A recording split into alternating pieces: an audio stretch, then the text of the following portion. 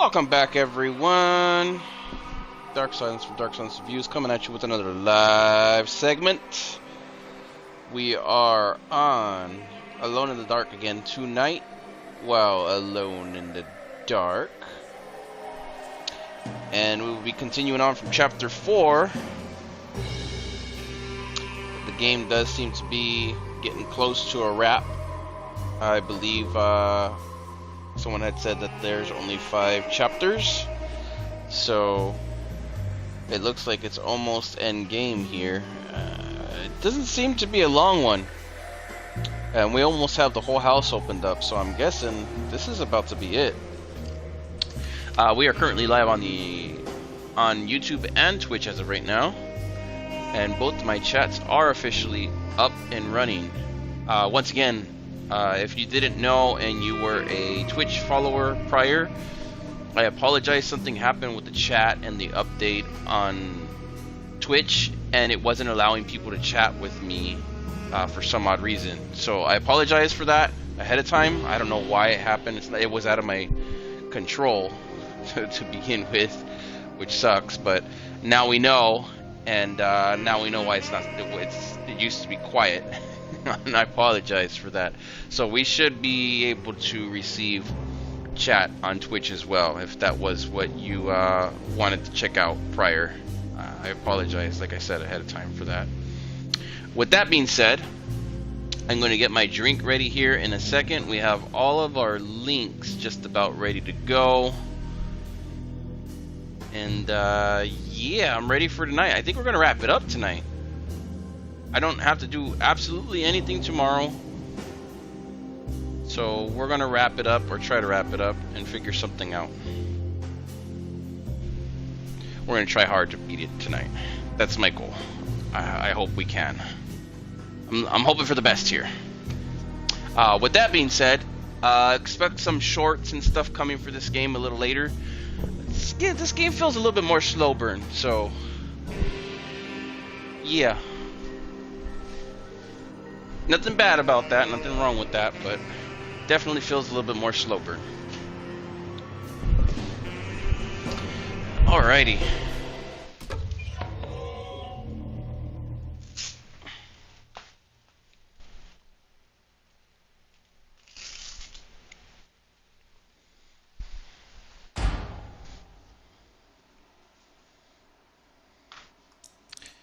Hello, darkness. So to summarize a little bit of last time we went live, we just got back from Egypt somehow in order to break some kind of pharaoh's, or as they say, the dark man's curse. And yeah, we're officially on chapter 4. I think chapter 3 was pretty short aside from the puzzles. I'll summarize what I feel about the game towards the end. I already have my summary for it per se, but I want to see where the ending goes before I really dig into it.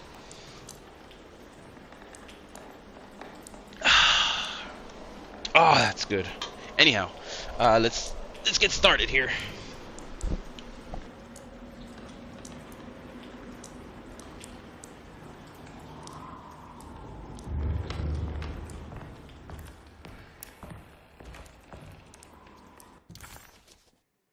Combe never thought he'd be so happy to be back at Derceto.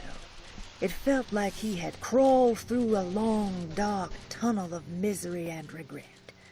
Now that he was back, Combe could look into the steps mentioned in the contract. But there was one thing that gnawed on him. What exactly did this have to do with Dr. Gray?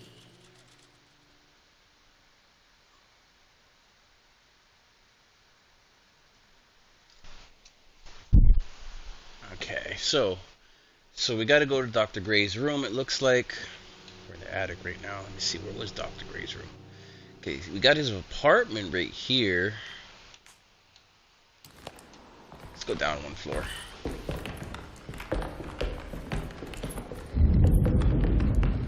Just what this evening needed. Some ambiance.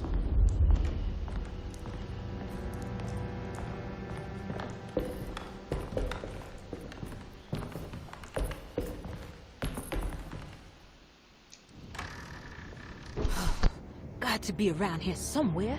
He wouldn't leave this house. I don't know what to think anymore. You run into that detective fella? Who is he? Can he be trusted? I think he one of the good guys. Well, you know, like us. Will he be all right with her coming? Praise the mother. You don't need to know about all that. Just help the job. Just calm down.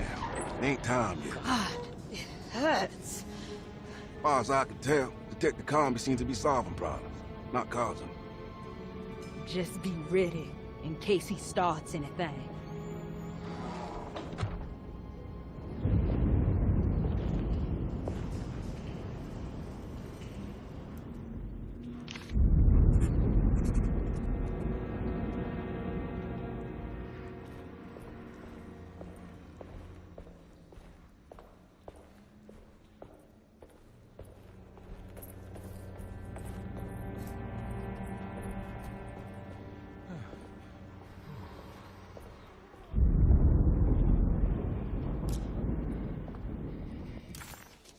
The two...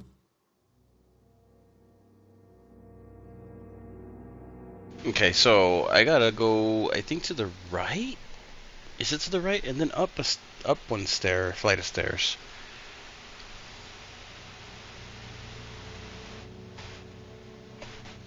I'm not sure if it's...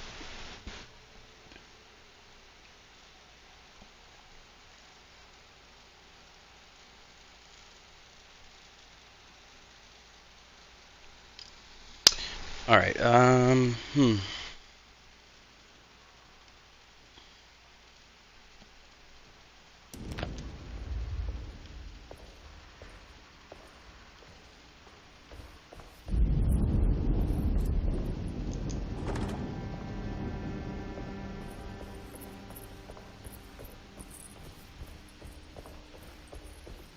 down, straight down, I guess.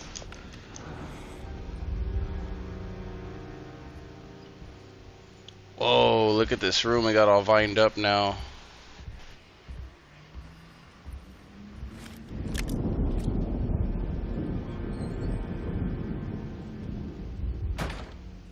It's like a tarry vine. Almost like veins. It's from that tree out in front for sure, in the middle of the freaking area. One that whispers and talks.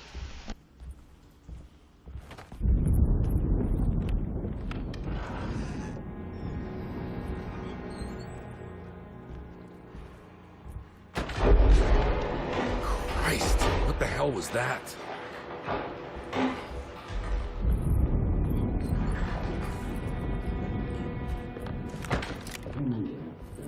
I don't want to run into the orderlies right now. Not sure I can trust them.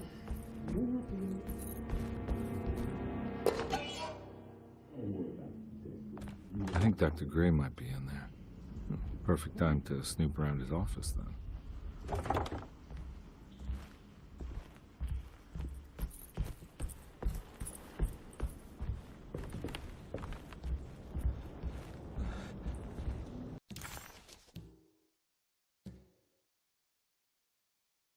Okay, so I can't get into Dr. Green's office. Maybe if I go straight south and figure out the rest of those. There's more puzzles. I figure a good majority of them are going to get solved here in a minute.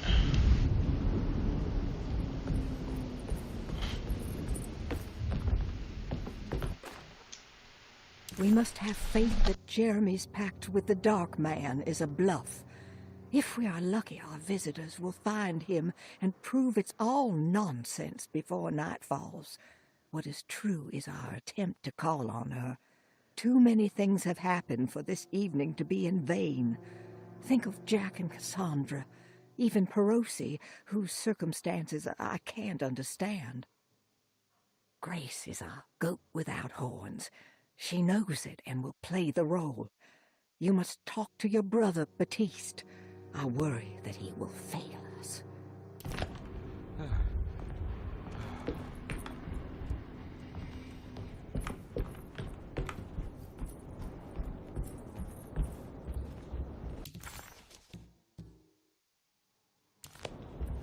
It's blocked.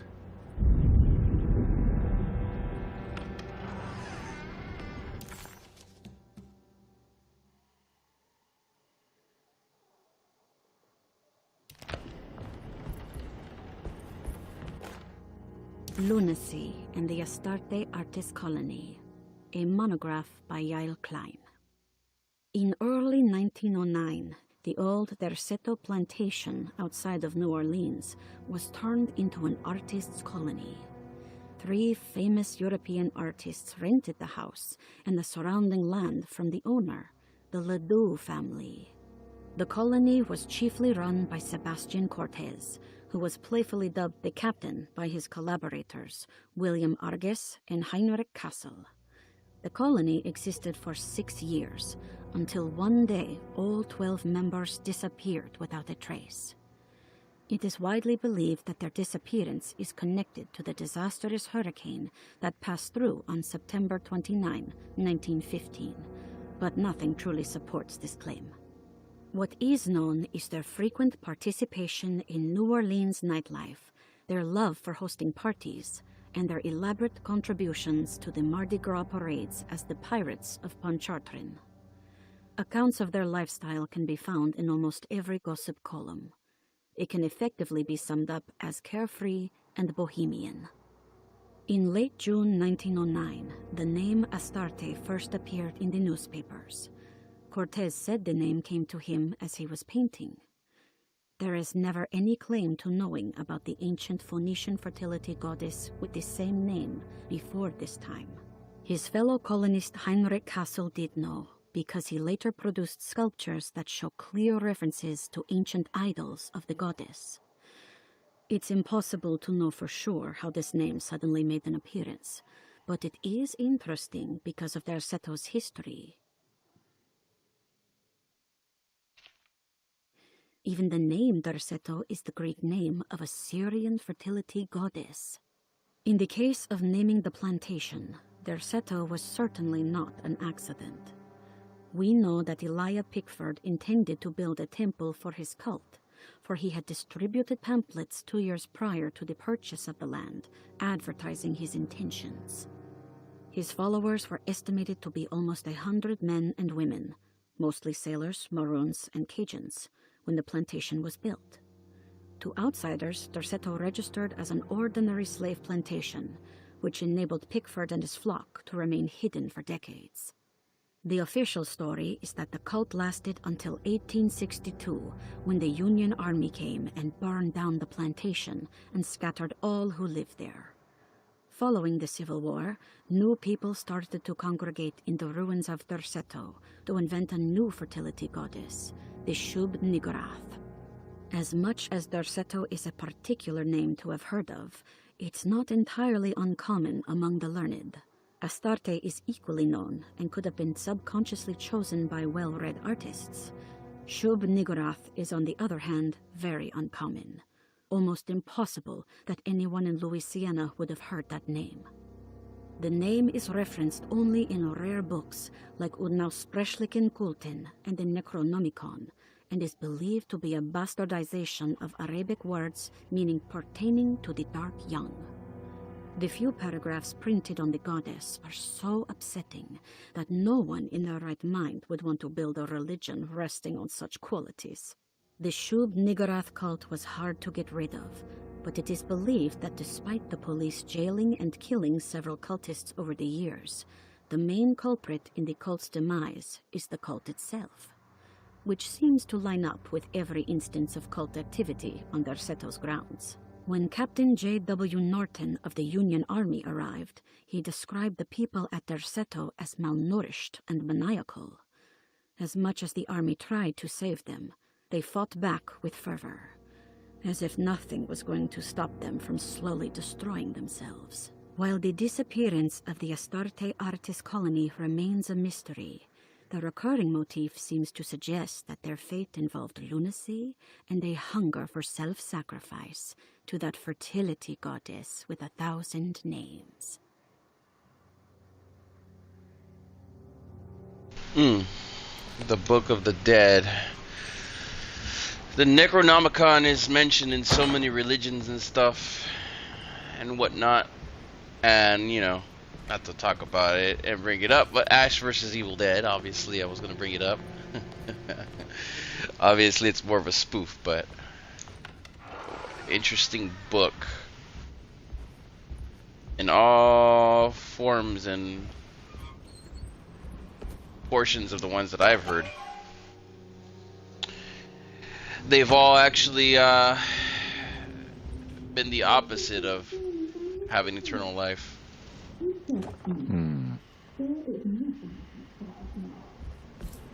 A lot of locked doors right now.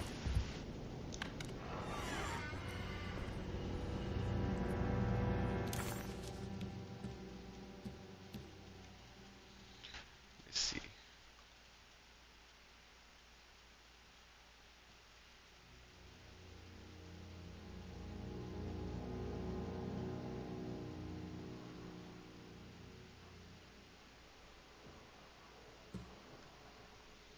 Find an alternate route to the stair hall.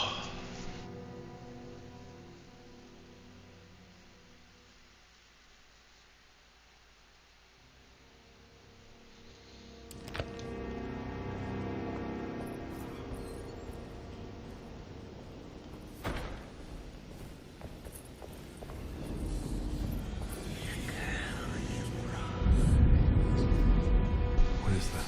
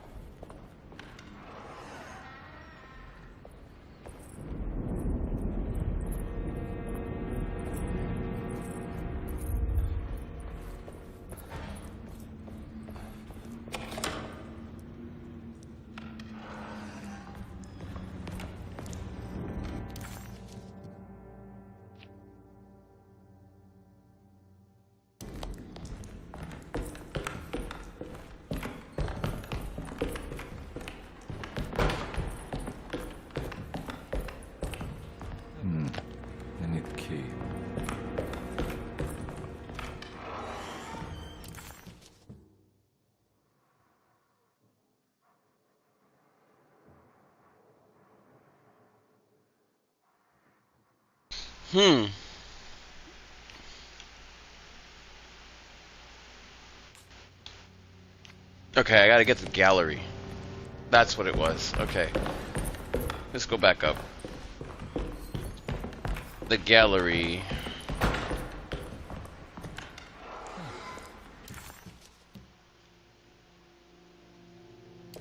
Okay.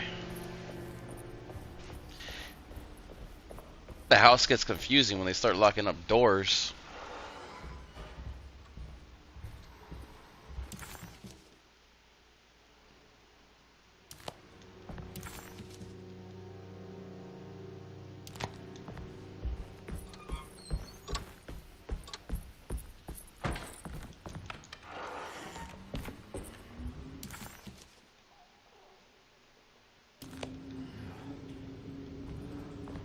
Left.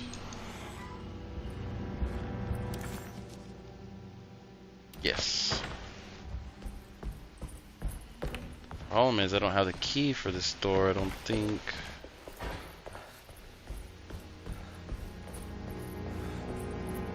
Yeah, I need the key to this door in order to get to the stairs.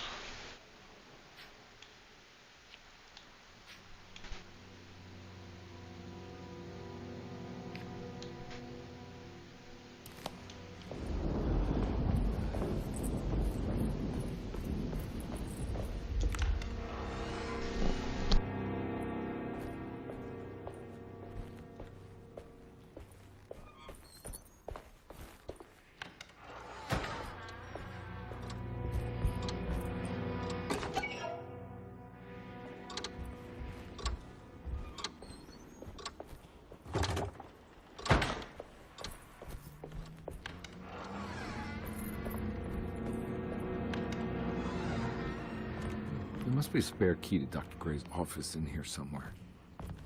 I need the key. I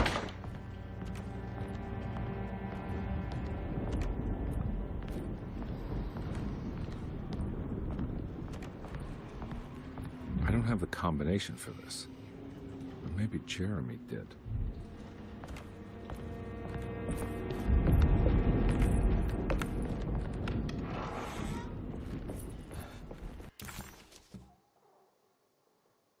Now we need to go to Jeremy's room. Son of a gun.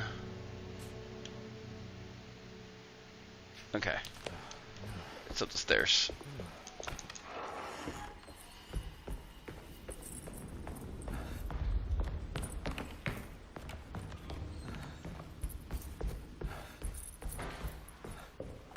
It's to the left.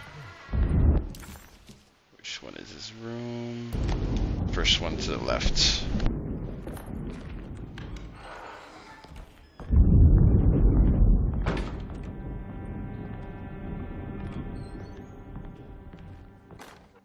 Detective Comby, I'm terribly sorry that my niece has pulled you into this mess.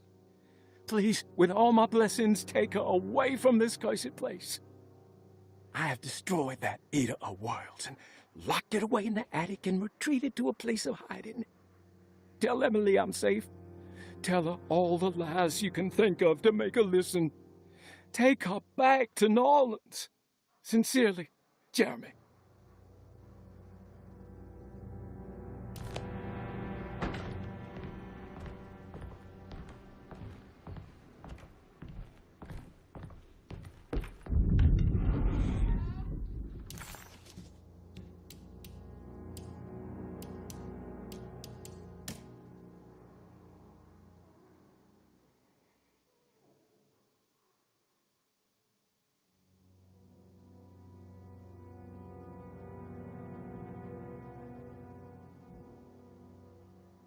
Is it a play on words? We have destroyed the Eater worlds and locked it away in the attic and retreated to a place of hiding. Okay, so we gotta go to the attic?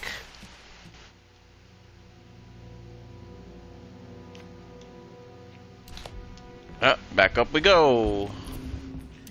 My God. They had me going all over the map for this, just for the code.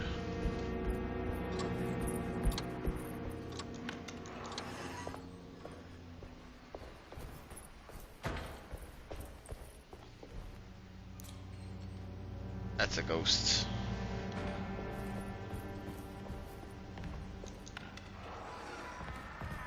Wrong way. I think it's the left side. The right side.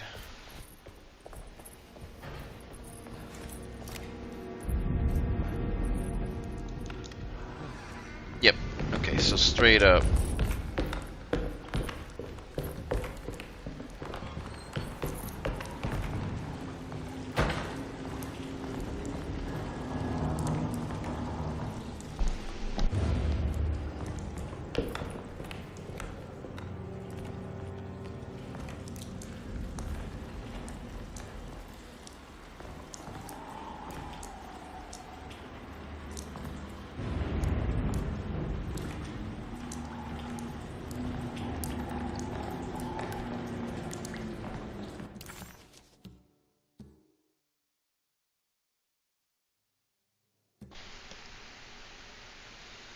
Okay, how do I get to the attic then?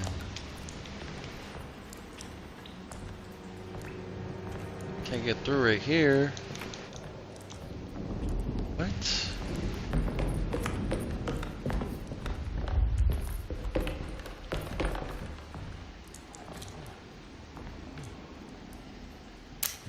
Need more bullets.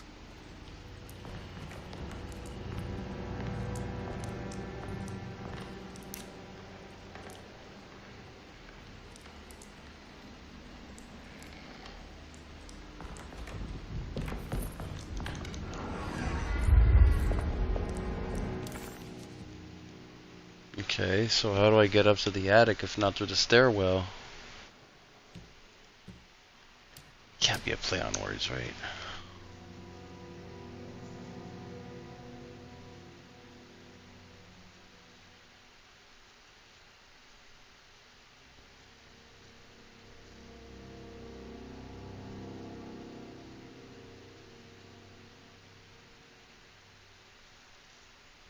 Take her back to New Orleans.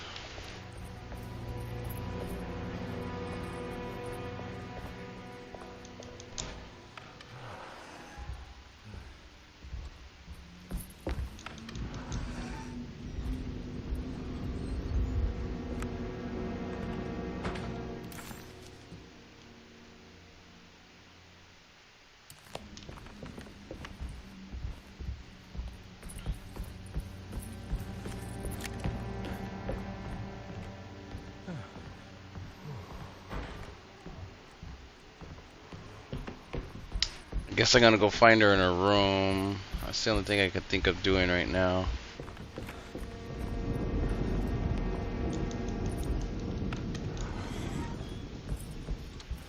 Let me see if that works.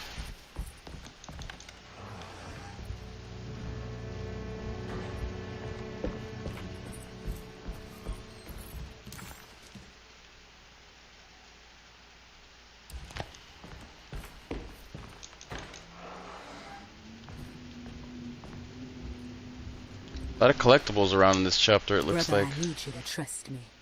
This is the most important moment in our family's history. I know you have doubts and that the terrible Mama Loa told you lies. I would never betray you.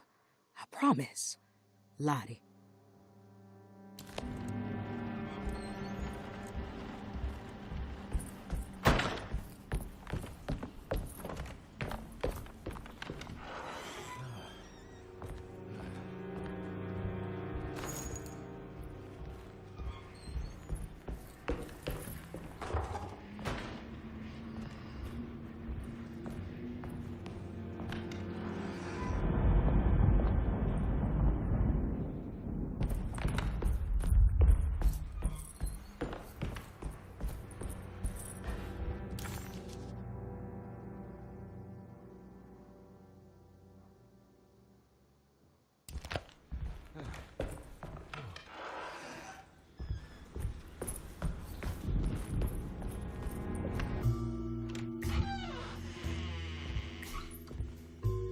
Detective Conby. Good to see you again. Solved your case yet? I'm trying. Hey, Grace, you okay? Oh, she is just peachy, Detective. Are you looking forward to the Feast of St. John, Grace? I can't wait. Kids, ain't they great? What exactly are you planning for tonight? Oh, not much. We eat, we drink, we pay tribute to the wishing tree in the conservatory. The usual. Then why all the excitement? There is just something about tonight, something that's different. I think we all feel it. Besides, we got ourselves some new words for the prayer thanks to your buddy Jeremy. She'll come and turn the world inside out, and things will begin again. That sounds strangely threatening. You should come.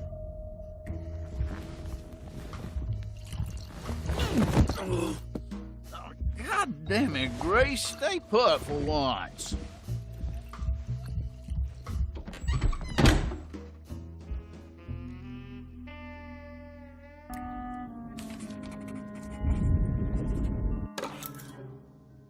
I better hold on to these.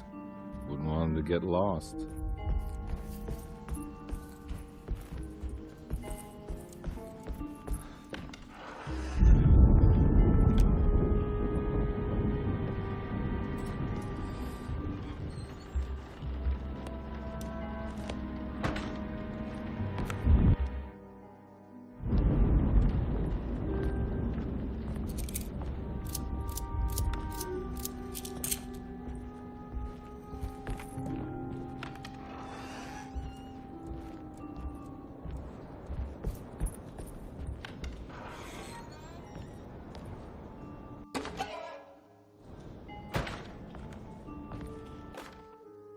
Jeremy knew that the only one who could help him now was the guest in room number 3.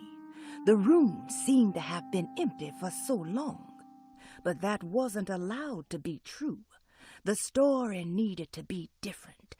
To include something from the outside, he would bring the guest back to room 3 and show them what was in that safe. 913. But those were not the right numbers. That was the combination for the safe in the clerk's office.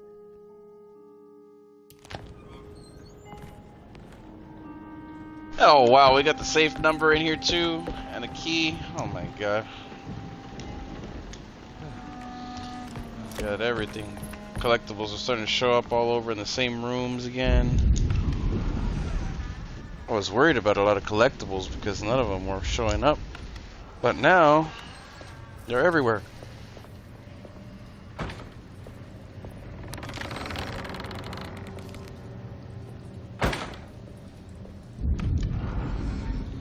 Alright. Let's head back, I guess, to the first floor. And 913 is the safe code.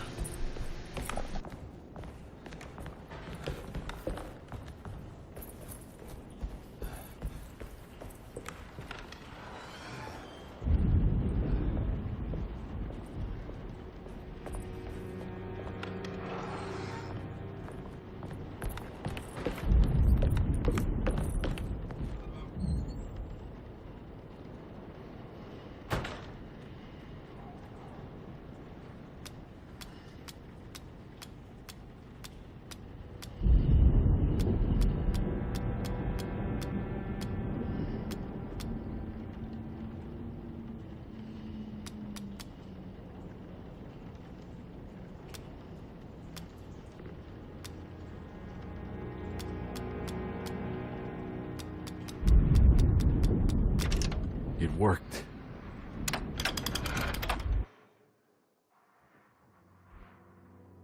The last guest in the empty room suffered from severe maladaptation. I must write this down, because if I understand the condition sufficiently, it could make me deny this fact at a later date, and there is reason for me to think I may come to suffer the consequences from this dysfunction, as some who came in contact with the guest seemed to adopt a new worldview in which everything was predetermined but broken.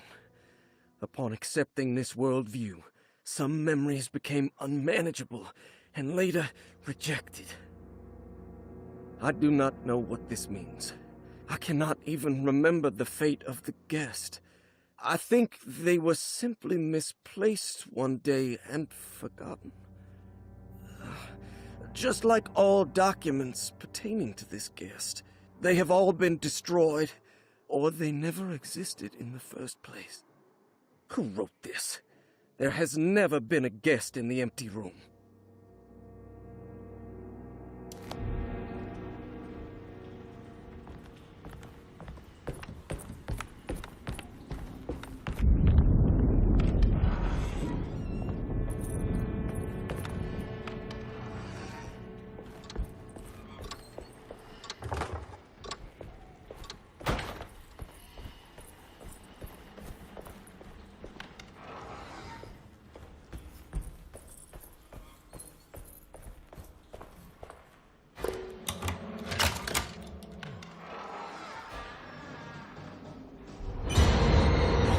No.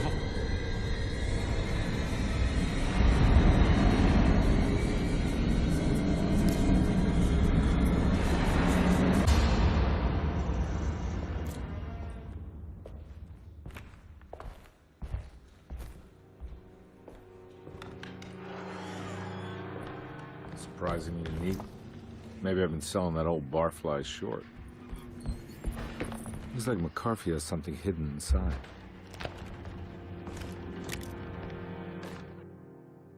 Sometimes I think this place makes me worse.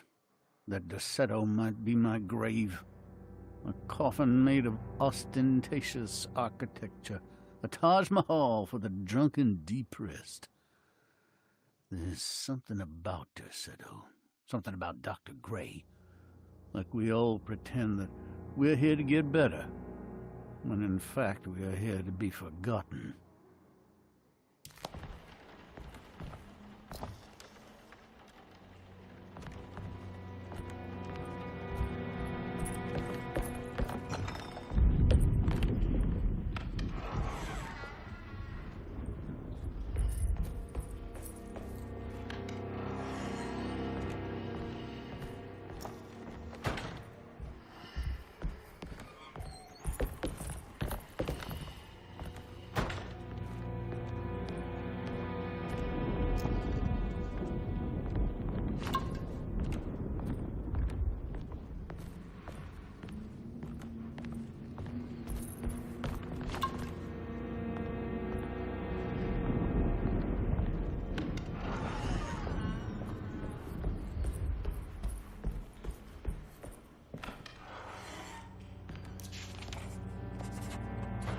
This is my room.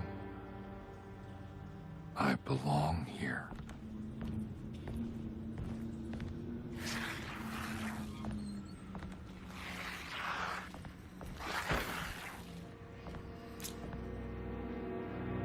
You know that number. Where's that from? I did this. I wrote that.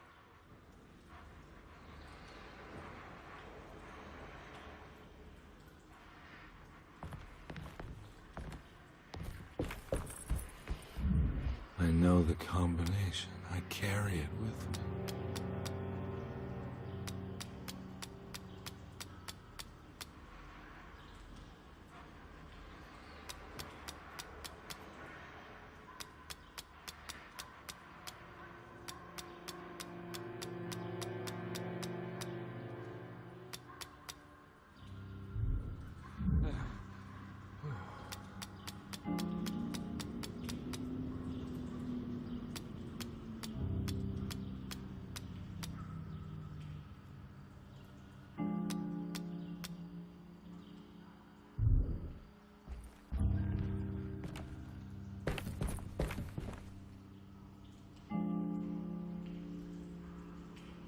It says it's 196, right? 196 doesn't say left or right though.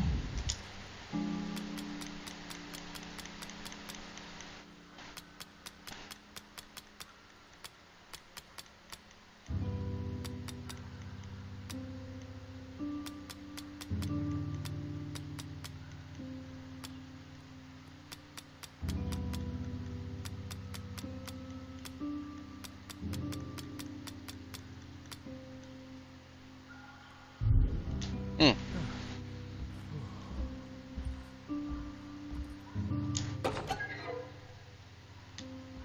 I recognize this view.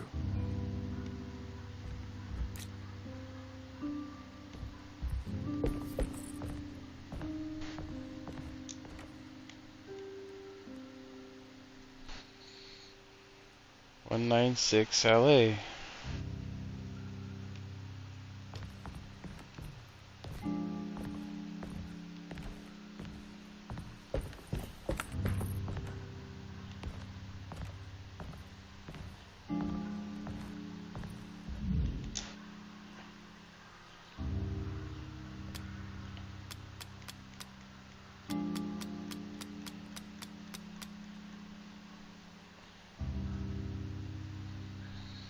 Nope. Let's see something. I must be missing something.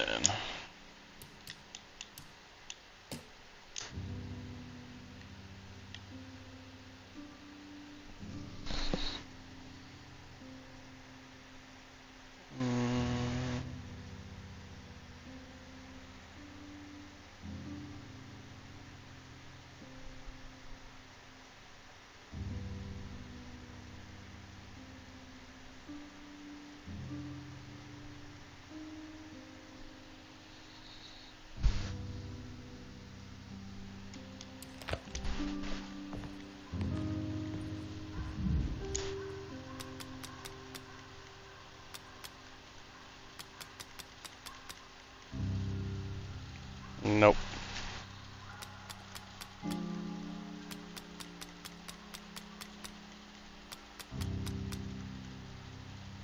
Nope. Hmm.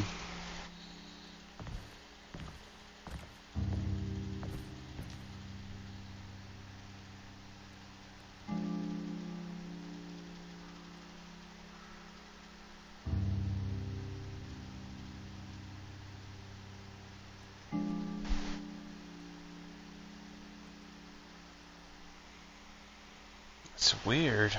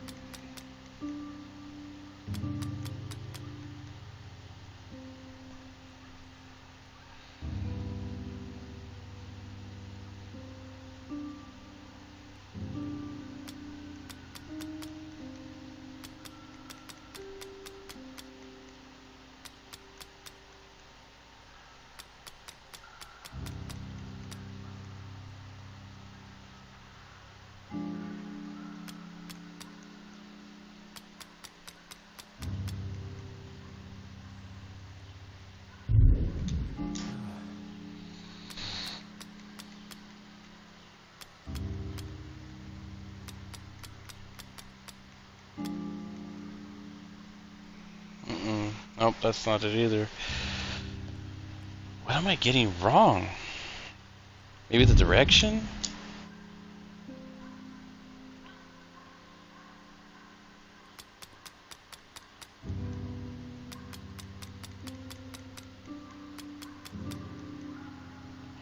Nope.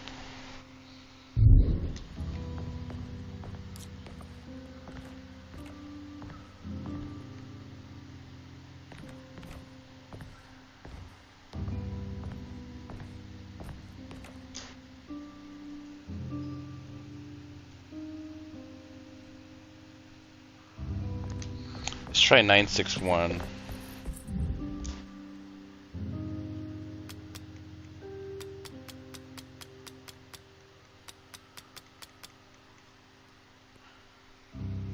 No.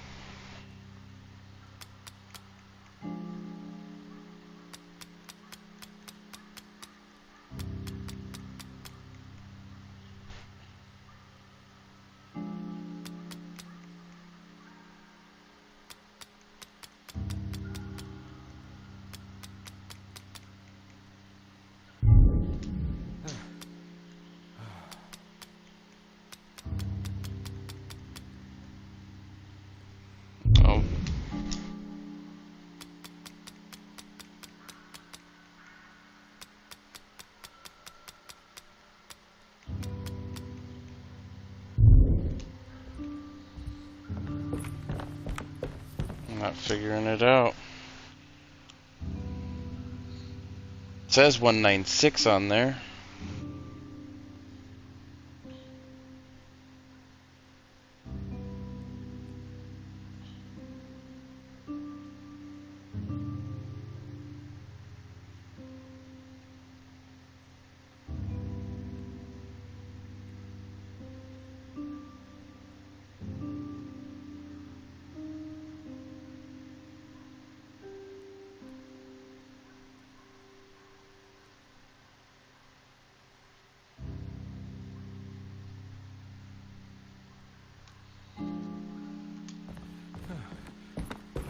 Let's try it again.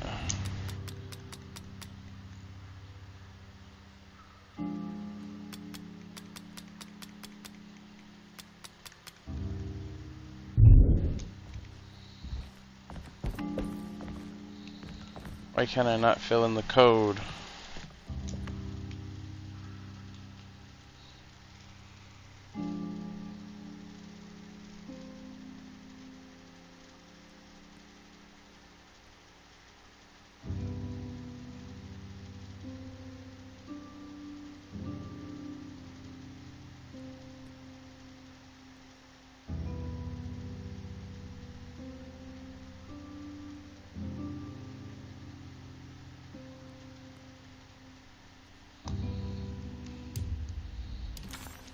Maybe if we've, let me see.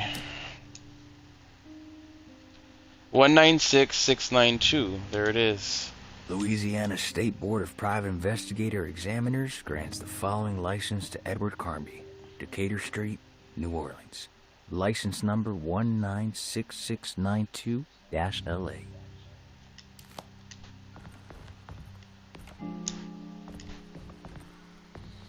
That's 692.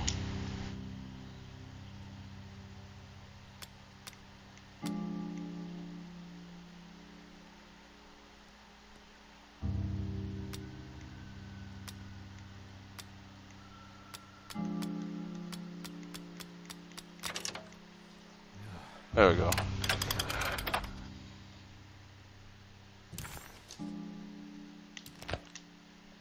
Detective, I have made many discoveries in my case. The child we want is safe, thanks to good people like me and you. We're so similar, but you don't see all the things I do. To find your man, Jeremy, you also need to look for the girl. It has always been that way. The young deliver us all. You should have a look in my room. There's a piece of the puzzle you will need. Take care now. How long have I been here?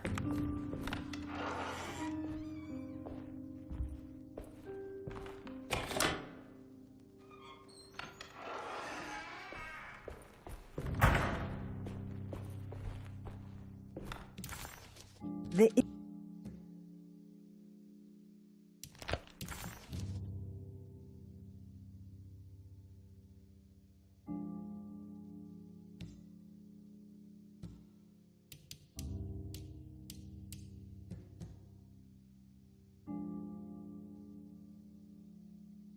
Okay, I guess we need to go to Dr. Gray's office now.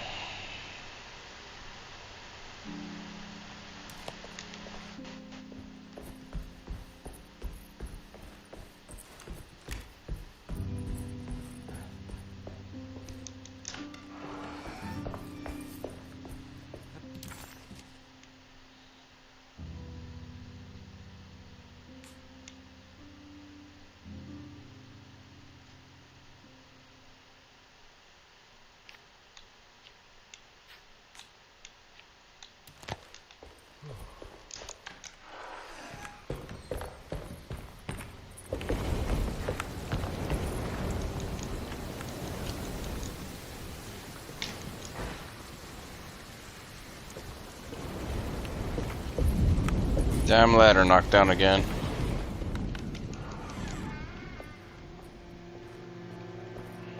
Just gotta go to the top and cut across. The only reason this chapter is long is because they keep closing doors on me.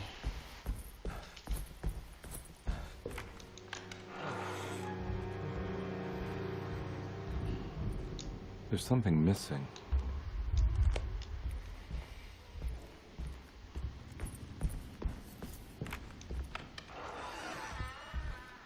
Oh, wrong way. I'm in the wrong area entirely.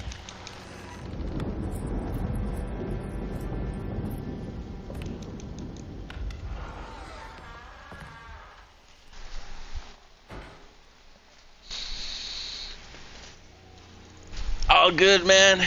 You're not missing much. I'm only halfway through, like, a lot of the clues and stuff. Thanks for stopping in, by the way. We're working our way through this one. They're locking a lot of doors on me, so it's frustrating.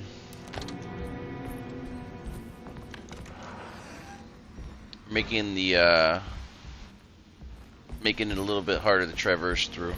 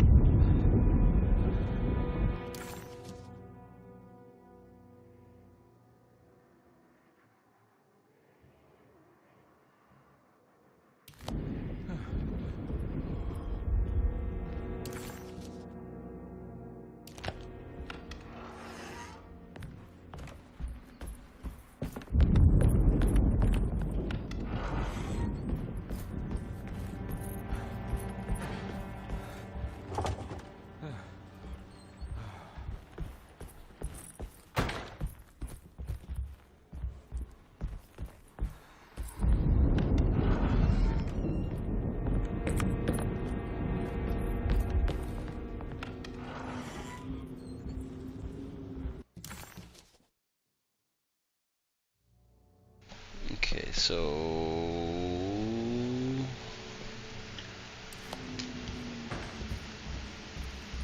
the second floor.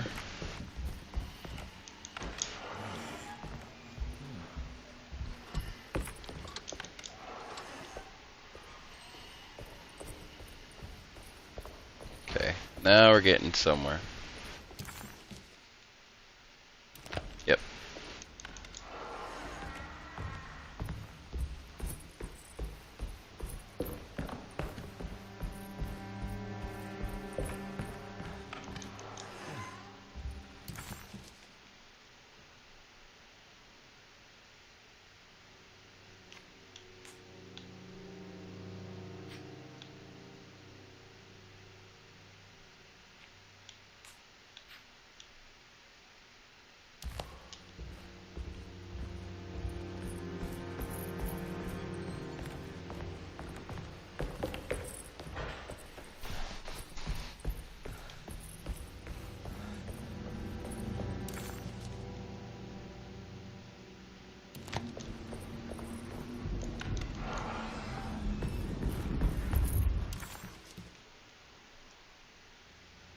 It's the wrong way.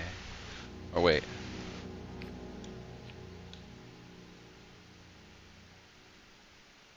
Dr. Gray's office.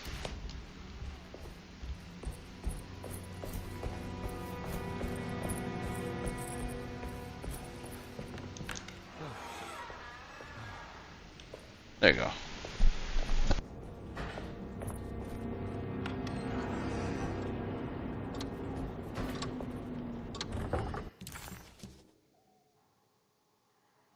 Oh, damn, the opposite way. Okay, so I gotta go into the clerk's office.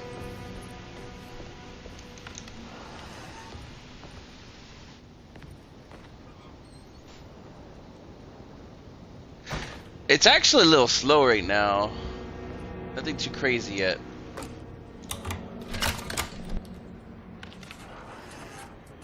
Dr. Gray's office, all to myself.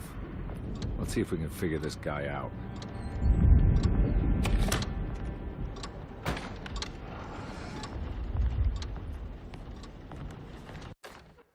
I have finished tidying up Miss Beauregard's belongings.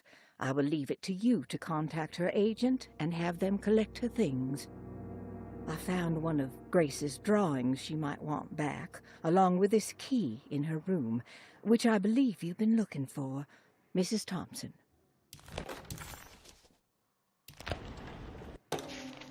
This is where McCarthy has hidden my favorite young. It's very important.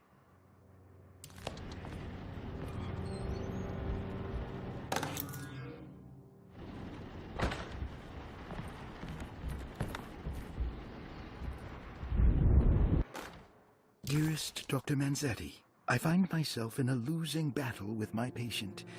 As I've disclosed in my previous letter, his delusions have him completely captured. It's bad enough that he is torturing himself with paranoia, but his madness turns out to be quite persuasive to others, effectively laying the ground for mass delusion. I am writing to you in hope that you can give me some guidance. Beyond my ambition to avoid devastating surgery on my patient, I have grown worried about my own defenses. The words of my patient are deranged, yet they often resonate with something primitive within me. I have tried photographing his brain with X-rays. It was surprisingly difficult to get good results. Dark blotches on the plates kept obscuring all details. My patient looked at the bad plates and cried out in terror, telling me the dark areas was the shadow of the worm, eating him from inside. I could not see anything out of the ordinary. I hope this is a sign that my mind is not as receptive to the madness as I had feared. After further inquiry, my patient described the shadows inside his mind as some kind of chthonic monstrosity that wants to undermine his sanctuary. This is clearly a reference to a place he calls Teroea, a sort of library or convent that works as a psychological haven. With this imaginary haven threatened by this Chthonian, he has now constructed another, less pleasant hiding spot. Lately, he has been bringing up a metaphor of a steamboat that has run aground, that he feels like he needs to start the engines and reverse, but he is afraid that the hole in the hull would cause the whole ship to sink. I've been watching him turn this metaphor into reality for the last week. He knows it's made up, but he is doubling down, trying to make it a real memory. I feel certain that this is my chance to break through the barriers of his self-deceit.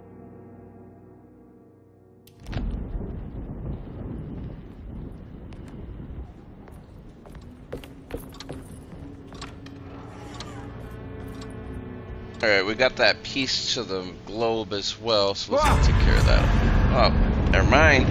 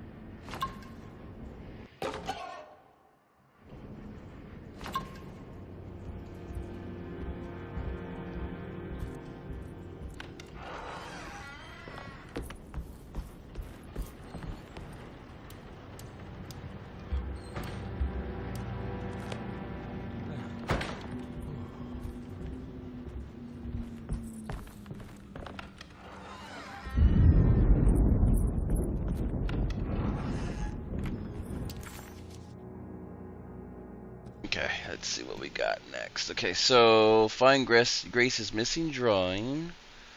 Find the missing drawing inside McAfee's room. Look for the treasure in Grace's drawing. Look for Jeremy's x-ray plates in the infirmary. Okay.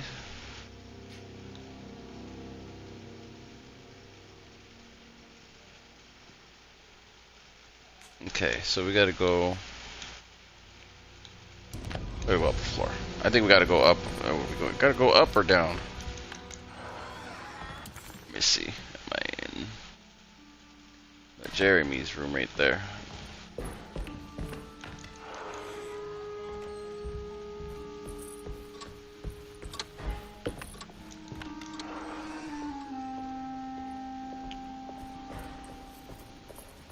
Alright, we'll go up a floor, see how that works out for us.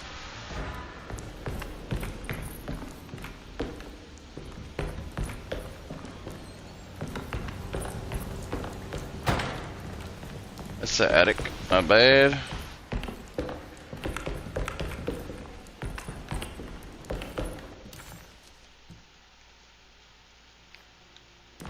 Okay, it's on the first floor. Freaking map.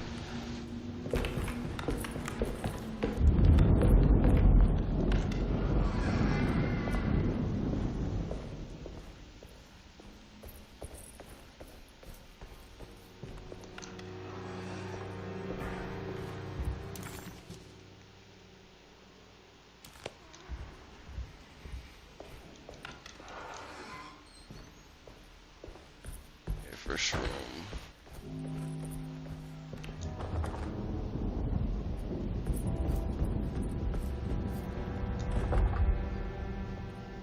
The heck? But how are they locked? Oh no.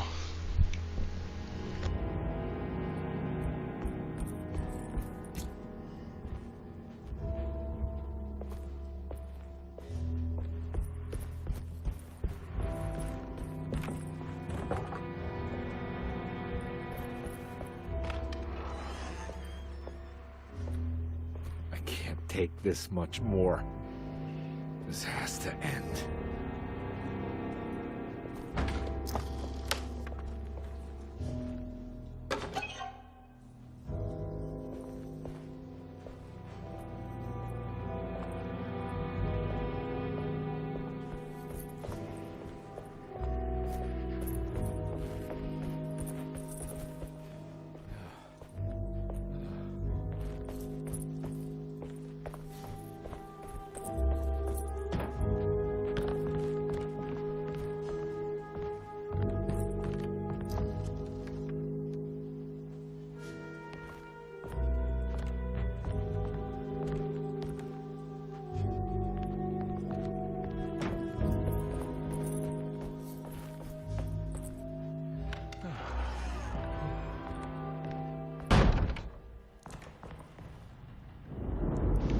What the hell?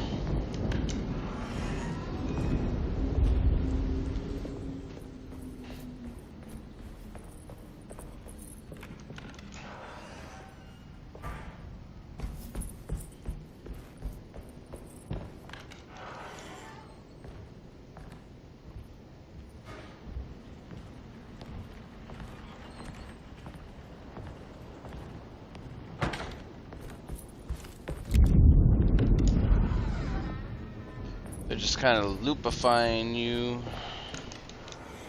throwing you into random places now.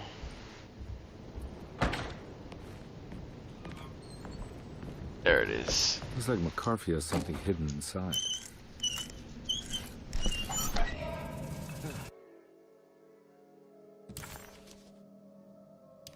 Why would McCarthy lock this up? Was he trying to keep Grace from completing the shape? If so, couldn't she have just made another drawing?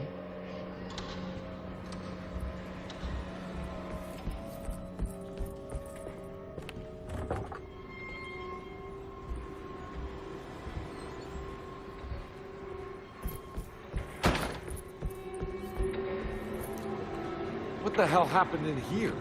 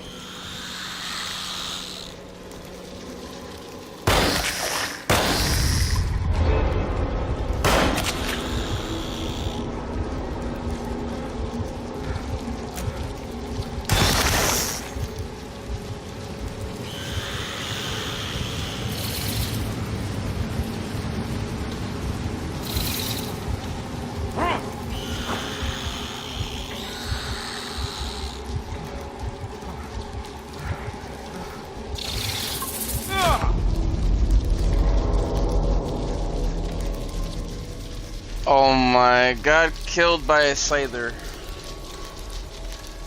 Ridiculous. Sizor.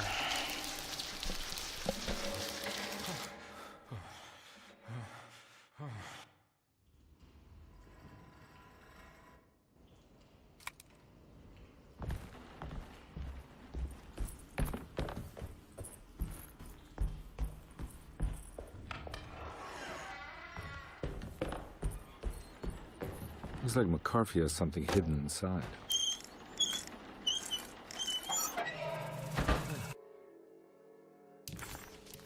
Why would McCarthy lock this up? Was he trying to keep Grace from completing the shape? If so, couldn't she have just made another drawing?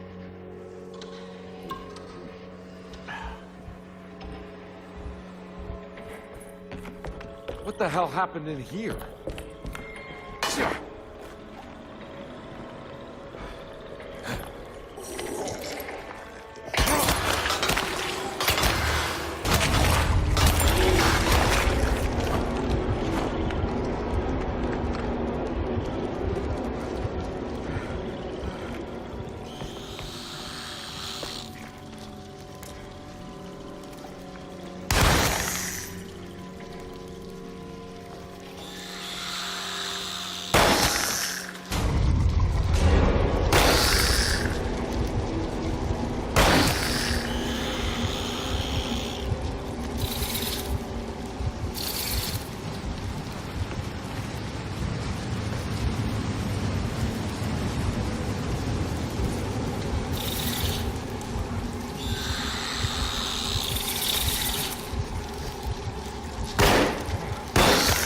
Bullets.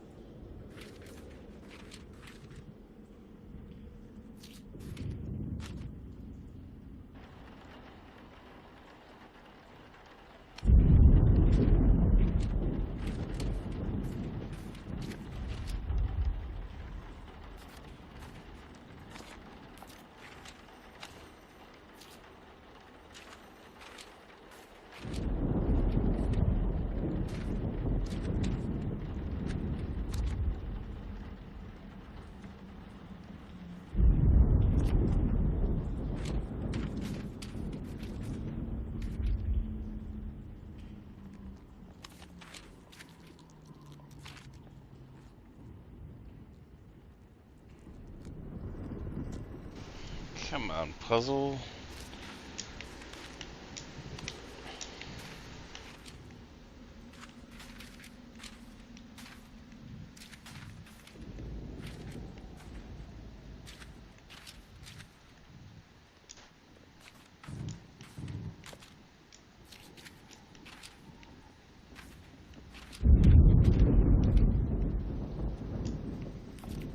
Ah.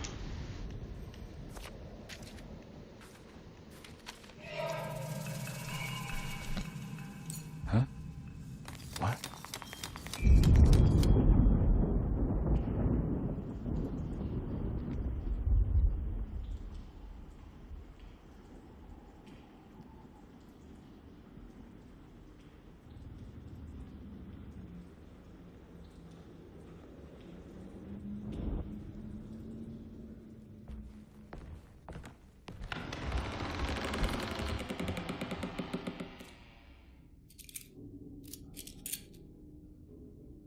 Of course.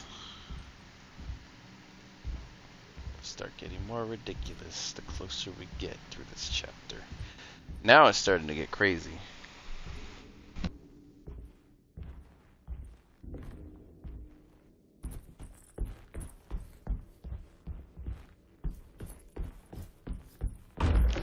This looks familiar. How am I back at the office? Jeremy's never been here.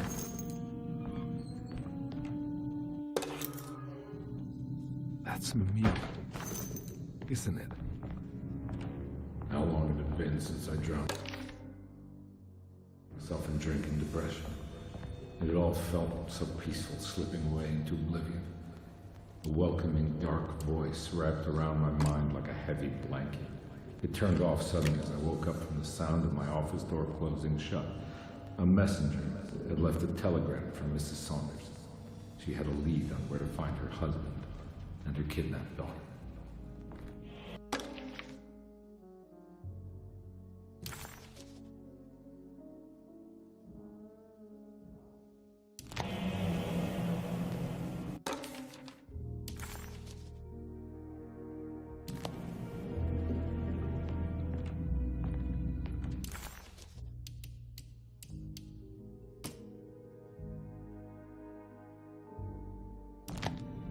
God, I used to drink so much back then. When was this exactly? What case was I working?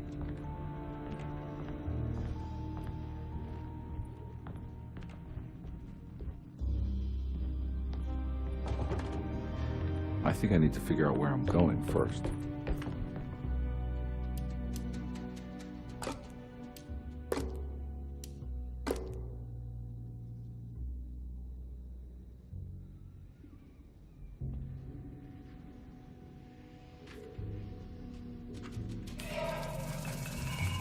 I remember this case. Some kid got taken by her father, headed out of state, but he had made a mistake by selling a painting that his wife actually cared about to a collector named Thornhill to fund his venture. That's how I tracked him down. At least I think so.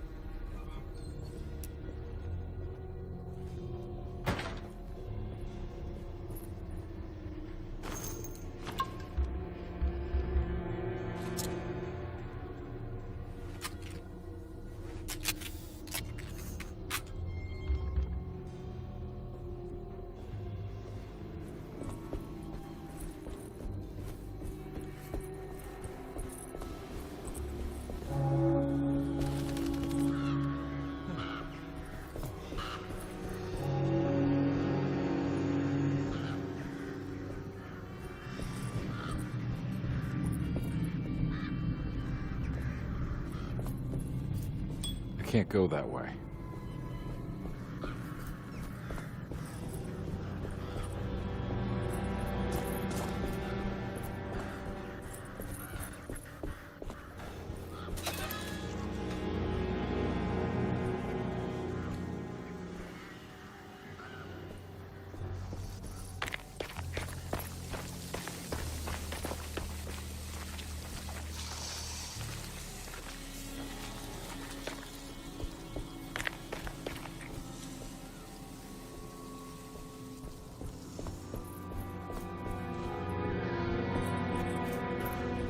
Thornhill wasn't a bad man, but he had principles keeping him from handing out information about the heels. so it needed some convincing.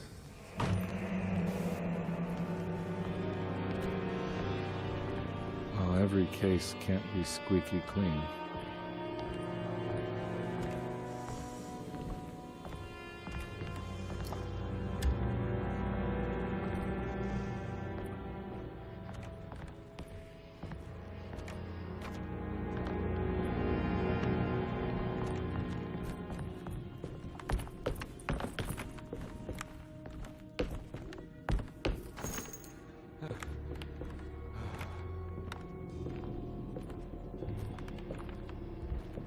Mr. Saunders had sold a valuable painting to Thornhill, hoping the money would carry him to wherever he was going.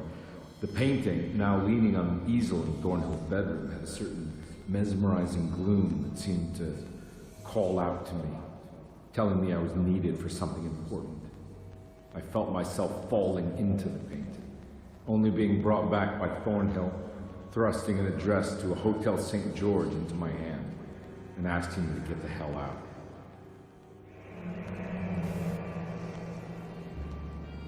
I don't remember this at all, but I can't say it didn't happen.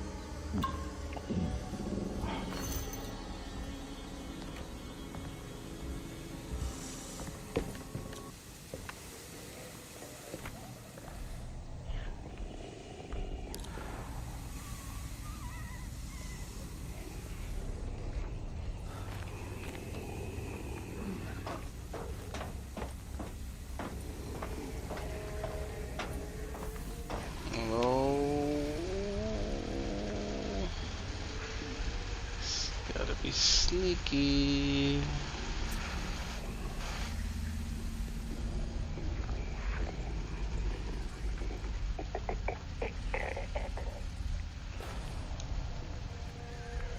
Oh my god.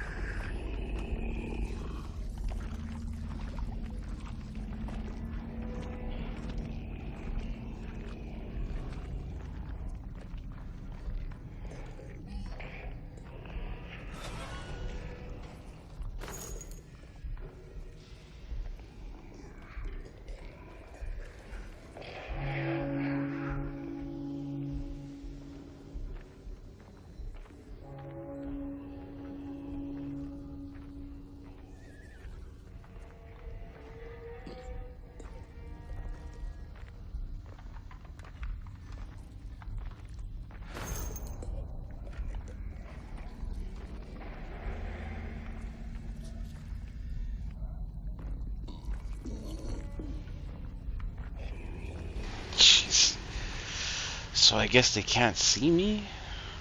It's weird because the snake hasn't worked before, in my opinion.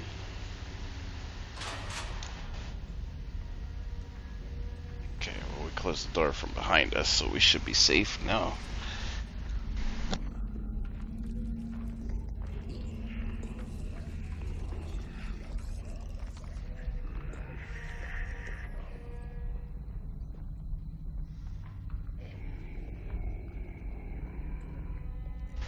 Not really liking this area. I hate this. I hate sneaking.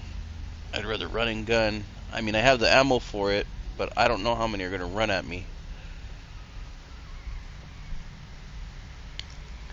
I will say this, I would love to explore streets like this. This looks amazing to me. I don't scare easy. It actually has the opposite effect for me. I find it very calming.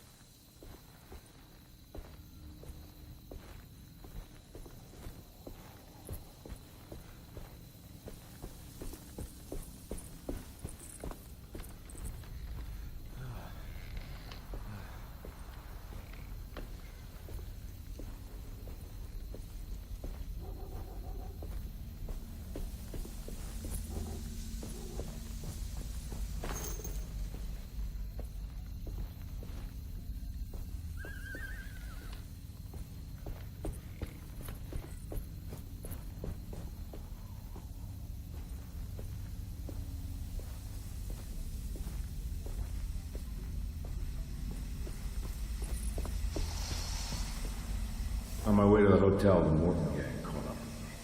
I owed them money, a lot of it. I can't remember what for. Probably some dumb gambling debt growing in size for each payment missed. I punched one of them out, and I sent the others packing. Just...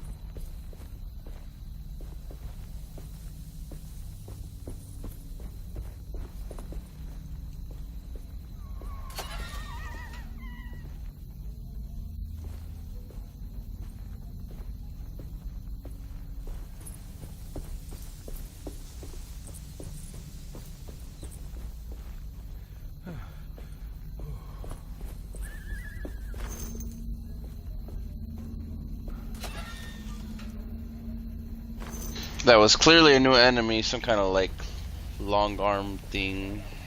I don't know what that was. Maybe it was the same thing just without skeletal features.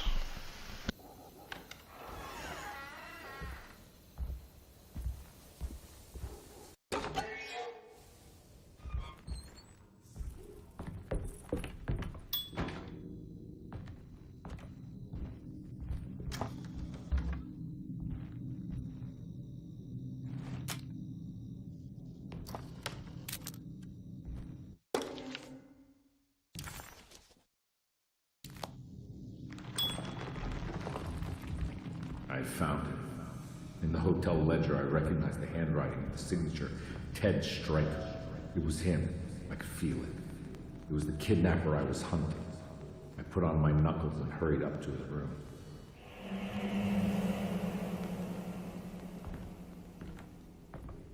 Something about that name, Ted Stryker, rings a bell. Feels vaguely familiar.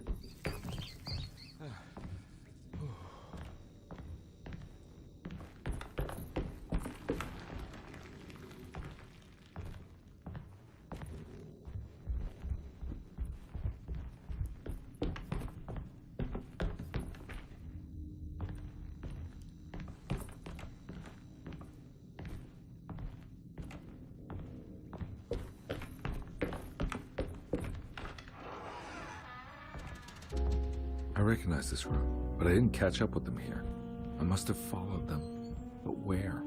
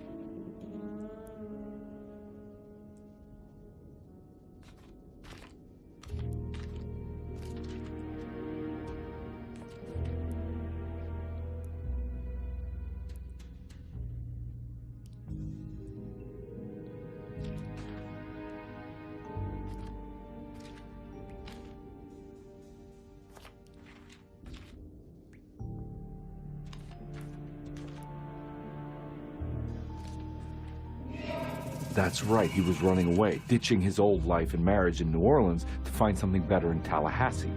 And he took his daughter with him against the will of the mother. That's why she hired me. But I stopped him. I caught up with him at the Pearl River Bridge.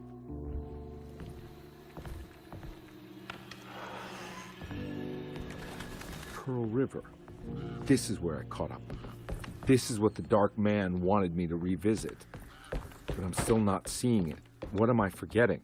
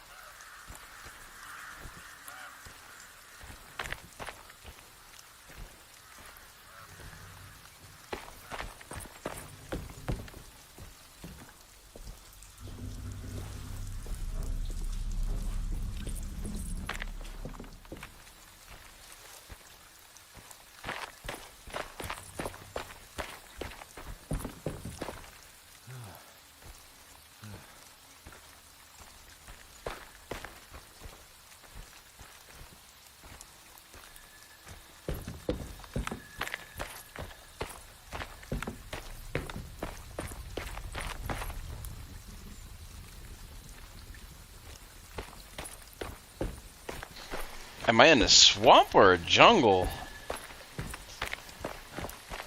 It's hard to see everything.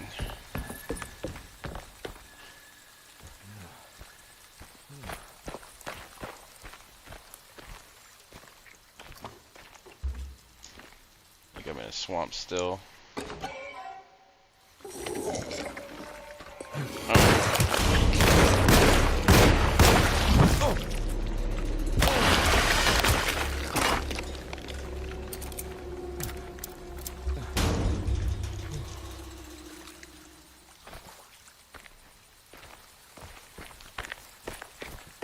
Punk came out of nowhere.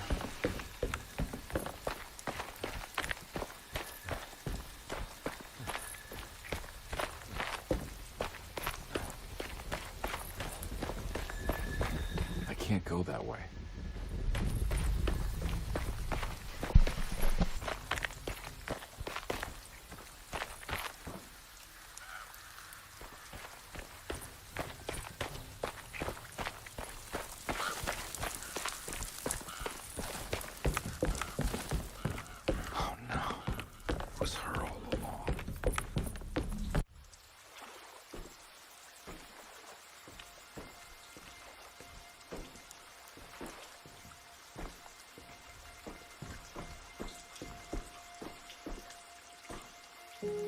I can't believe I didn't recognize you. I looked a little different back then, I suppose. Was any of this real? How do you mean? This day, just... so much is happening. I can't... I think I've lost my head. Do you need me to apologize? I mean... I am sorry. I don't think I need to begin to explain. You're just a kid, Grace. I'm really sorry. I didn't mean for it to happen. Lies. More lies. No, really. I thought I was being a good guy by handing you over to your mother. I didn't know. I couldn't have known that she wouldn't care about you. I don't know how this works. What is this for? Some form of admission of guilt. Maybe acceptance. It's what the Dark Man wants.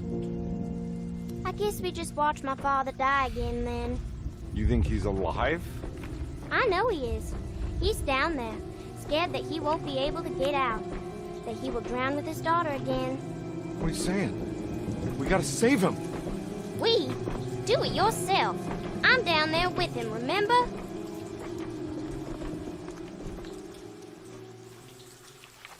Can I really save them? This all happened so long ago. I have to find a way to get down there. I have to see it with my own eyes. There was a boat at the house where I entered. If I can raise the bridge, I should be able to get to the car. There must be a way to save you both, right? Why else would I be here?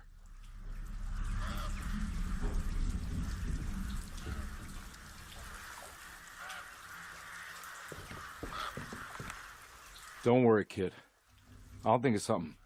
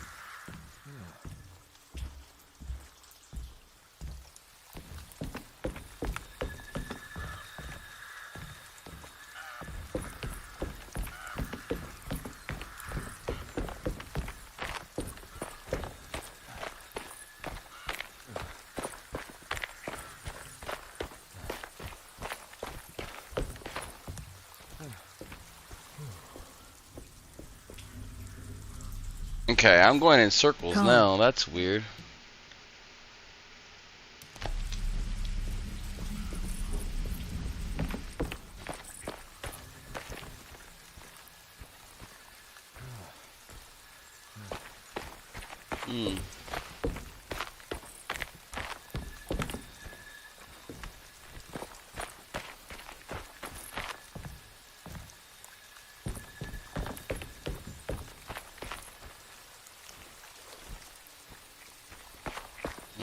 Wrong way. I walk across the bridge, it brings me back to the same spot I began from. I jump down, it takes me right back down to the same spot.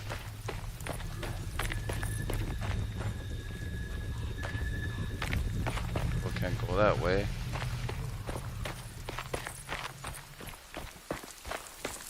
Do I jump?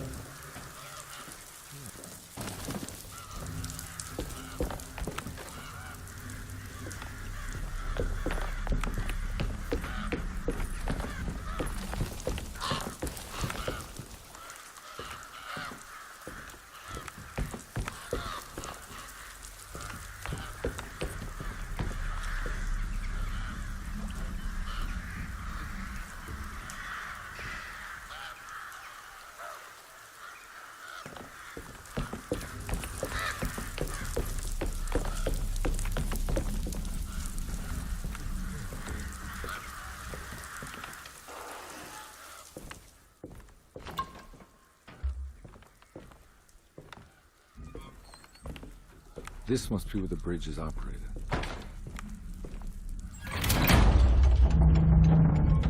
Nothing's happening. It's like something's holding it back.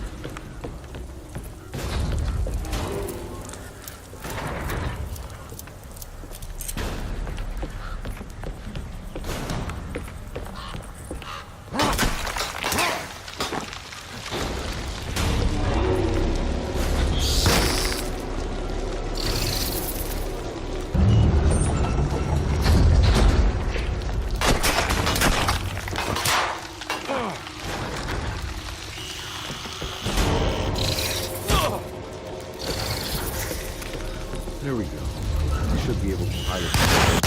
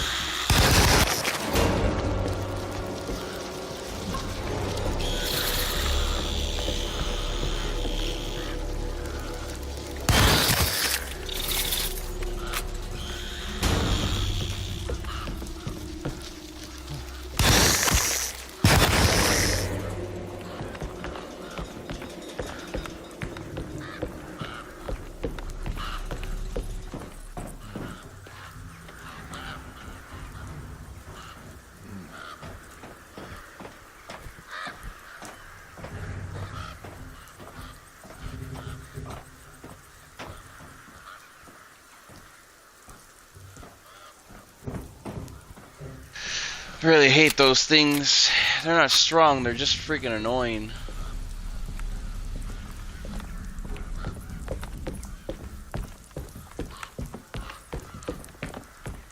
Where did she go? I really hope she didn't jump.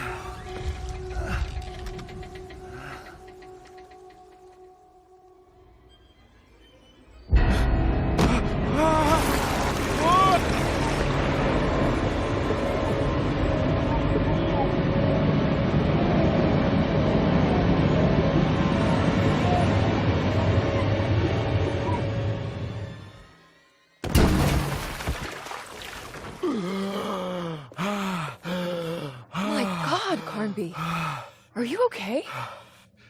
Don't leave me alone. What the hell have you been doing? What's going on here? Look at this mess! I'm sorry, Mrs. Thompson. Don't make me kick you out of this house. Now get out!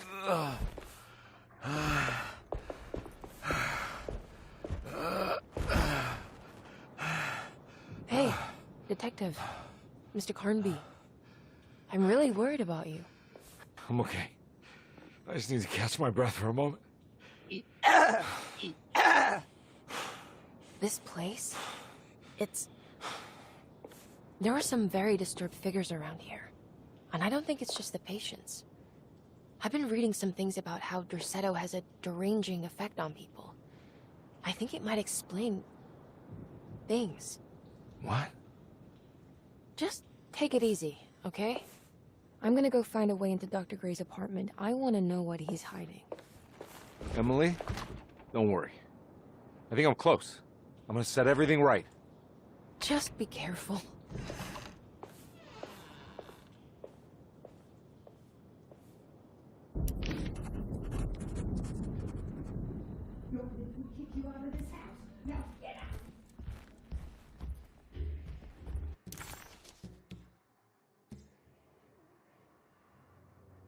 All right.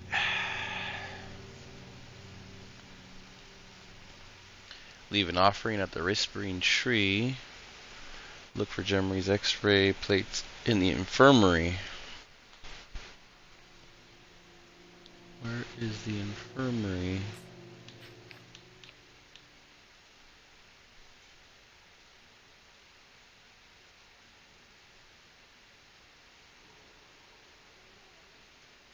It is way downstairs. The stairwell goes all the way to the bottom, it says, but we need a key to get down there. think. I'm not going in there. She's clearly had enough of me.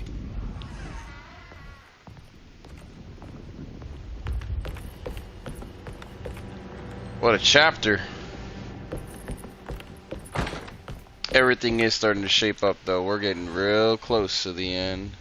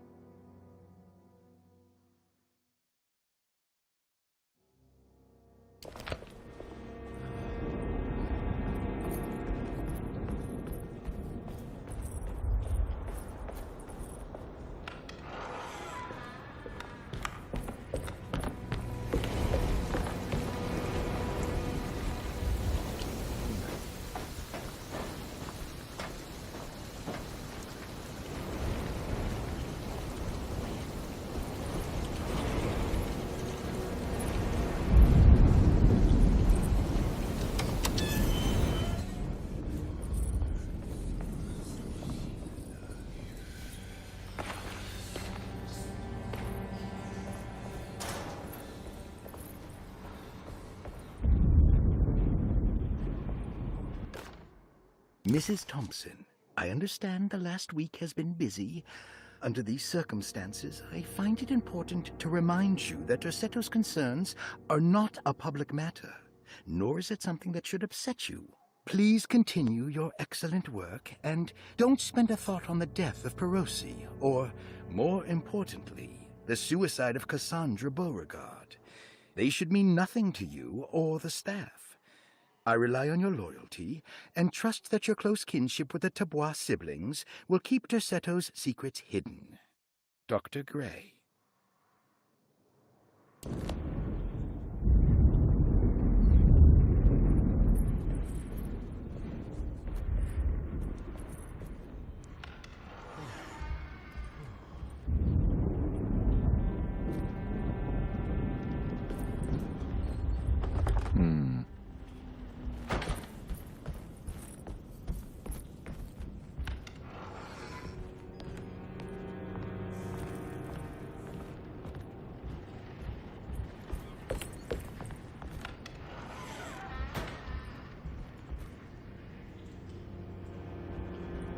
It's blocked.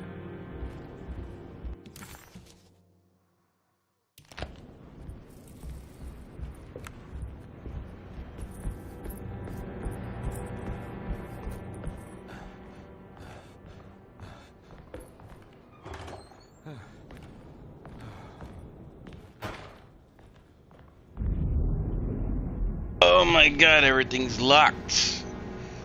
No locked doors. Blocked. Damn it.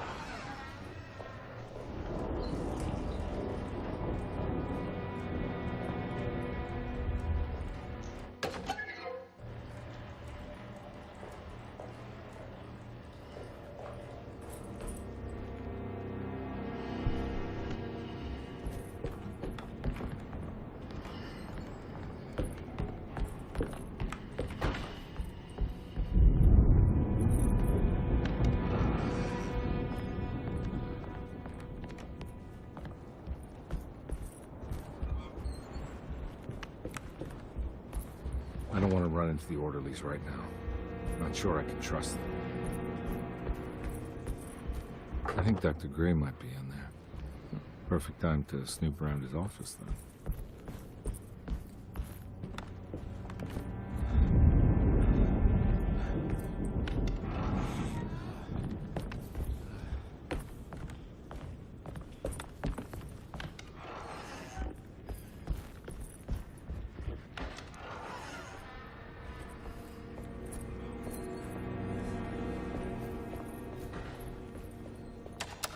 Can't believe how many locked doors are over here now. It's frustrating.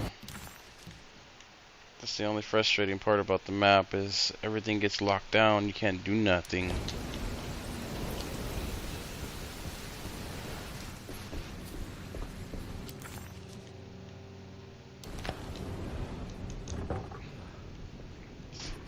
Everything's locked now.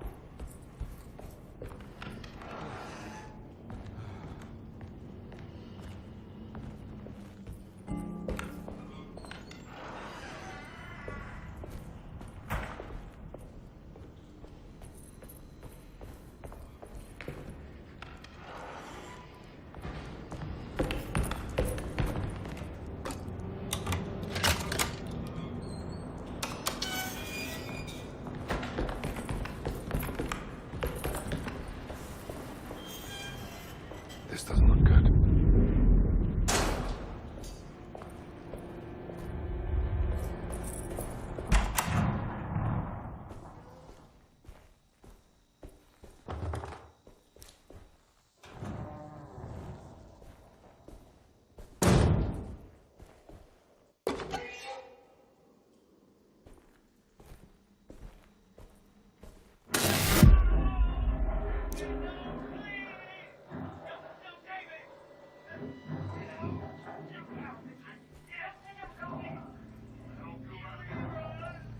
I need the key.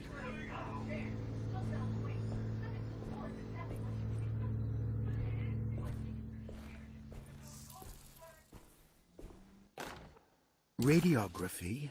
Patient Jeremy Hotwood. Date June 14, 1930. Plates. Jeremy's skull proved difficult to capture properly. Partial radiographs worked best. A complete picture of the brain can be assembled by piecing 3 plates together. Observations. Even when looking at an assembled version, a shadow covers significant parts of Jeremy's brain. Possible tumor, but more likely that the equipment is failing. Jeremy reacted strongly to the pictures and claimed to see a giant clay worm eating and displacing his memories. Notes. While this exercise has left me nowhere closer to an answer, I feel confident that a Burkhardt lobotomy should sever all necessary parts.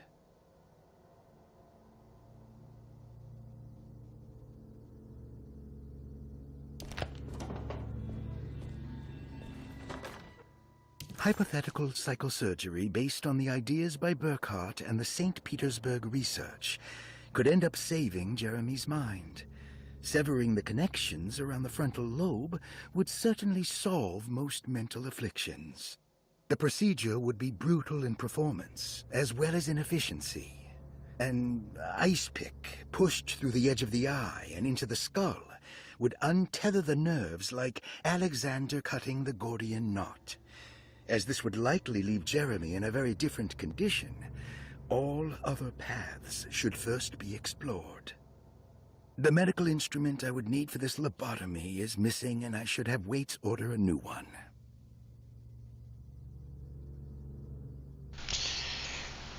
Lobotomies. The most barbaric way to calm somebody. They had to crack the skull from the bottom, and then you would get permanent brain damage. Nobody would ever really heal from that. I've studied this a little bit. It's brutal.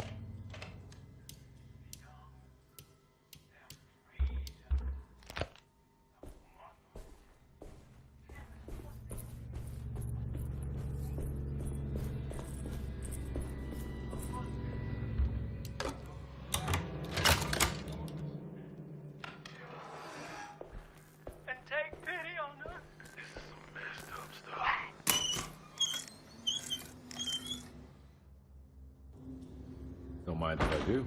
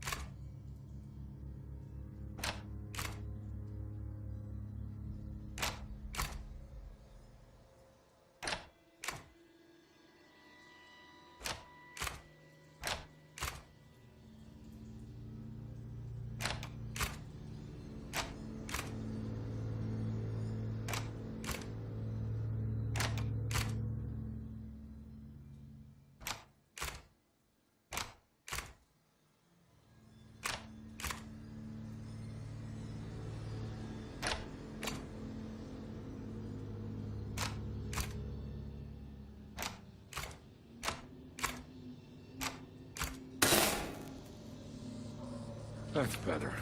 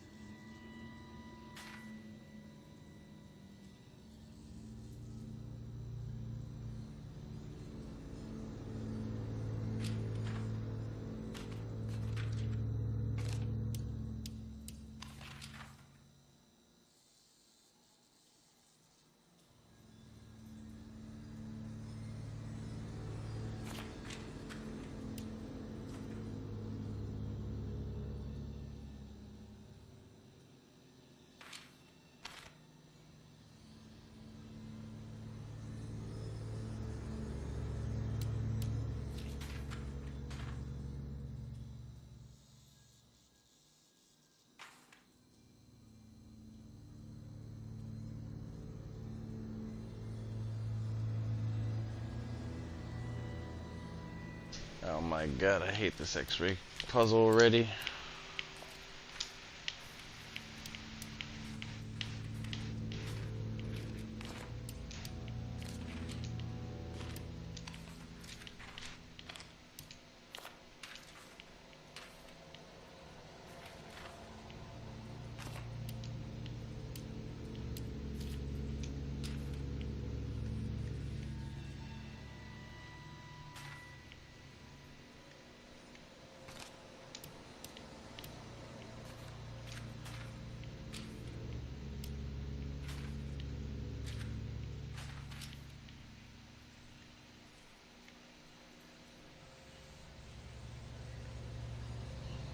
I think all 4 pieces have to align or something.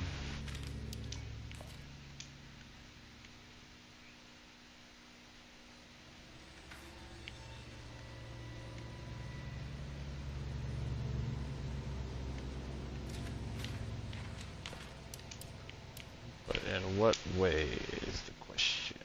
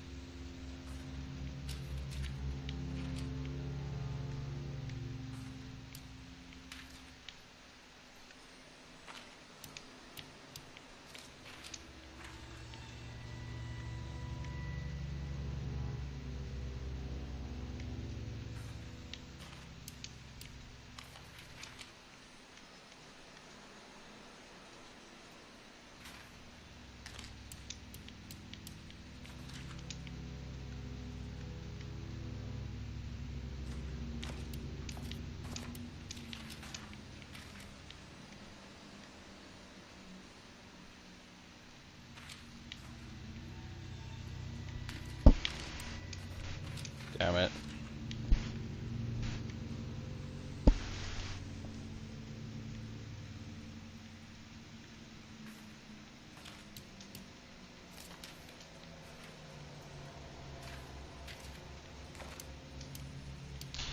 Maybe they don't need to be perfect, or like they could be like sideways or something. I don't really know what I'm missing here.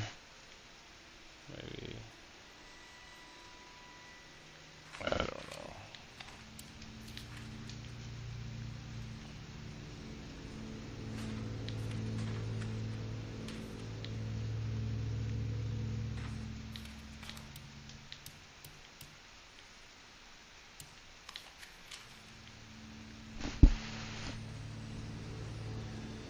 I hate this puzzle.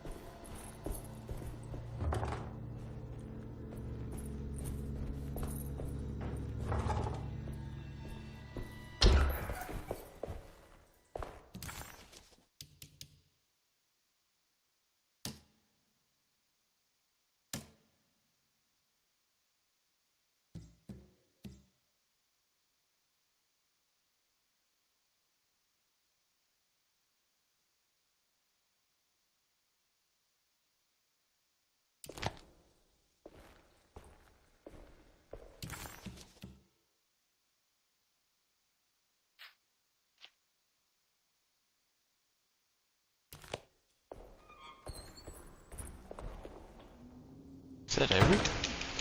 Let's double check. I just want to make sure all the doors are locked now, so that's ridiculous. Yeah. I'm guessing we're gonna have to come back down here at some point.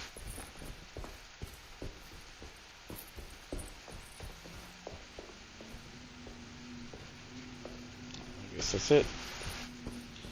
Gotta go find the rest of that statue.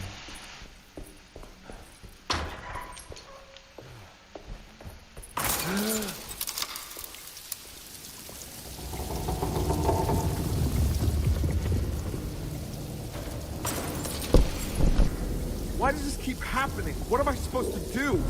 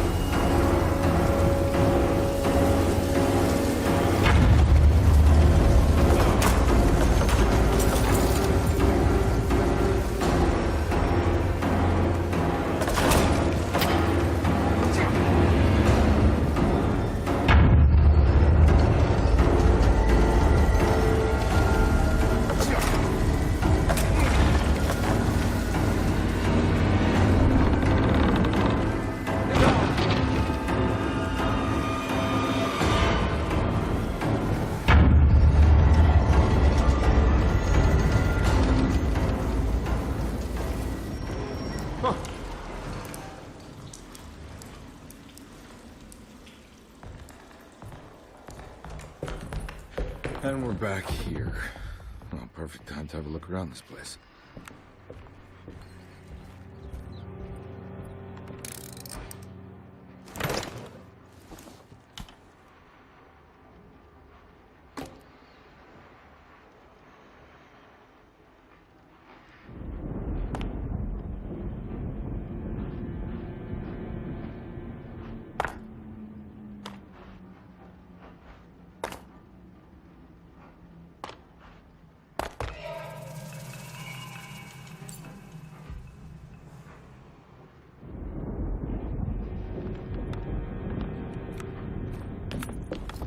What is that?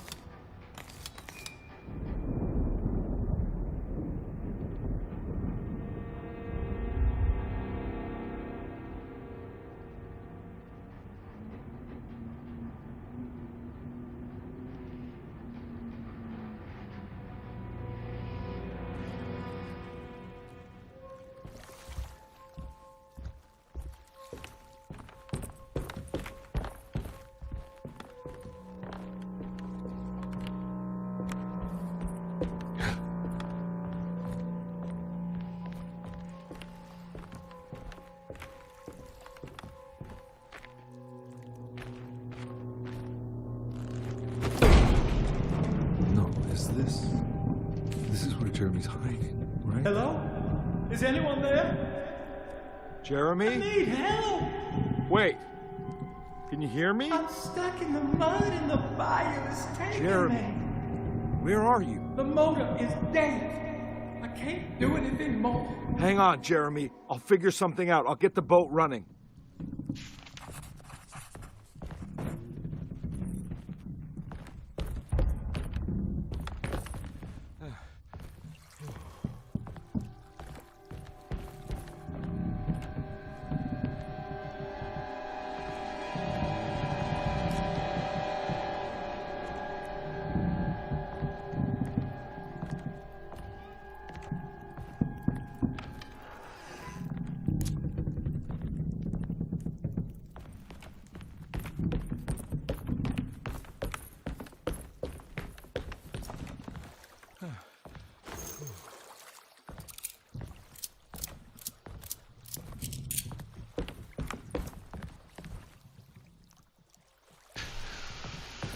Oh man, we fell into it. This is a long chapter. This chapter's getting crazy.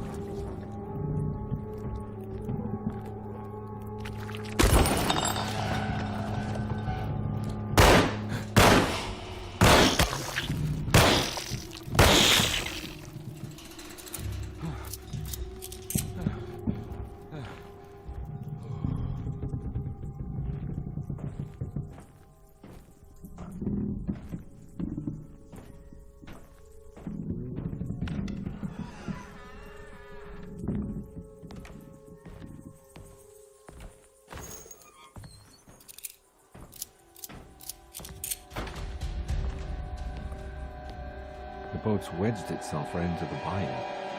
If I get the motor started, I could try reversing back into the river.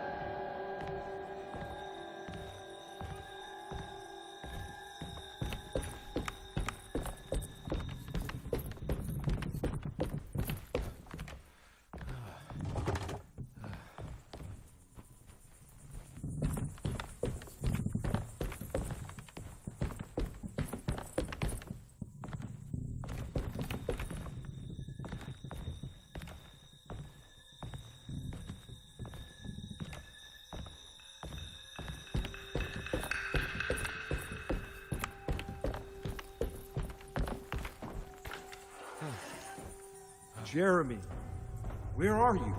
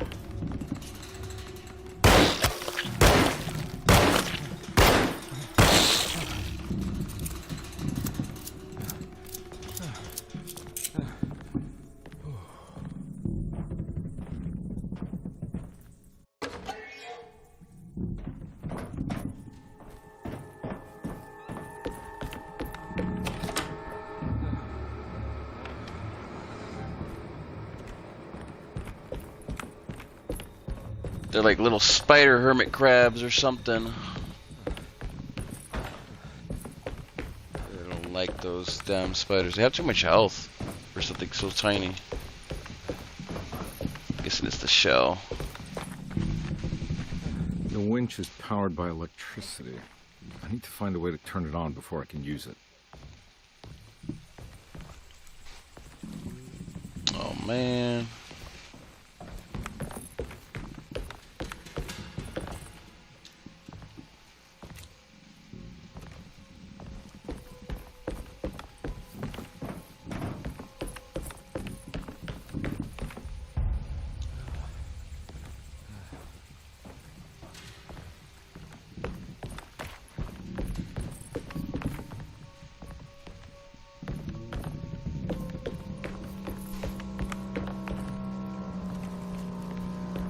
There's something over there.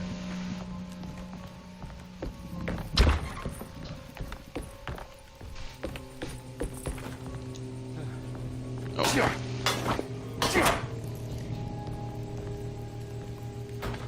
Guess not.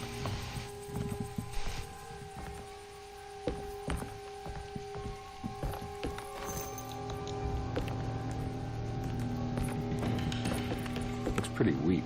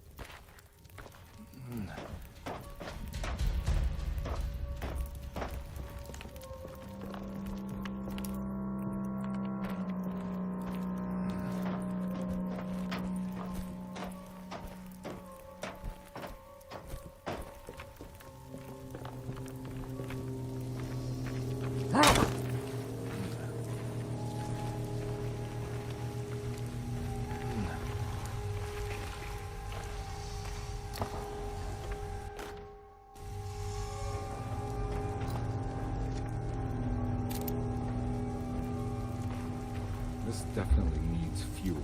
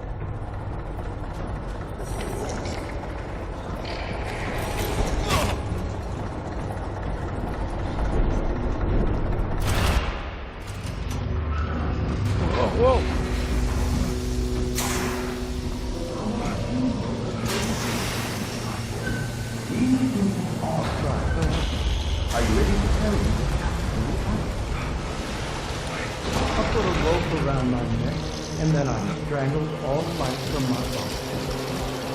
Are you under the impression? No. I was supposed to die. What does that mean? That you were supposed to die. I'm the catalyst. I had to die to make the story happen.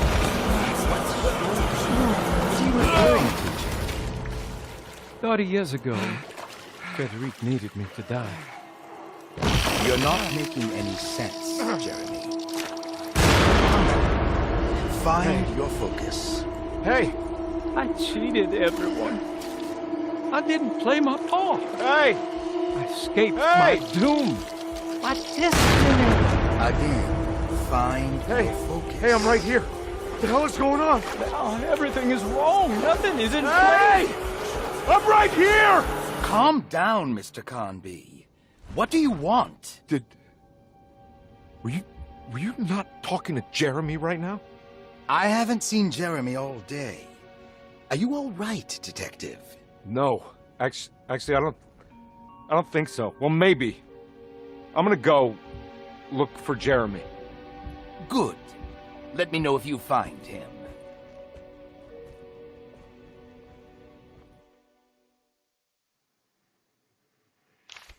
That was Jeremy's self-deceit? A steamboat stuck in the mud?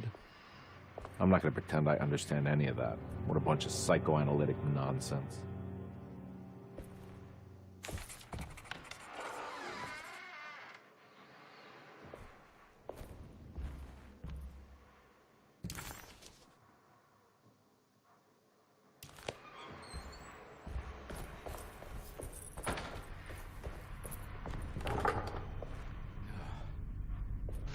I'm thinking we're about to wrap up the chapter, I would presume.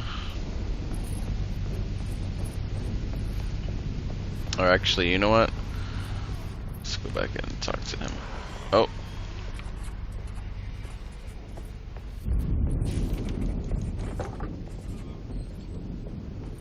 Never mind. I guess we can't cox him anymore.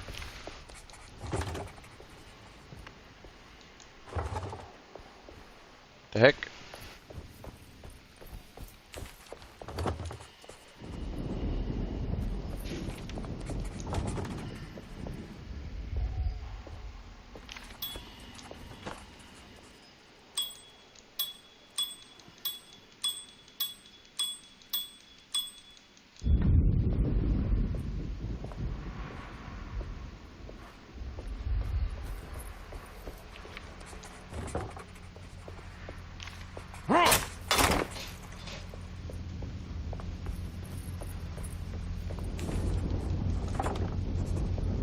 Why am I locked?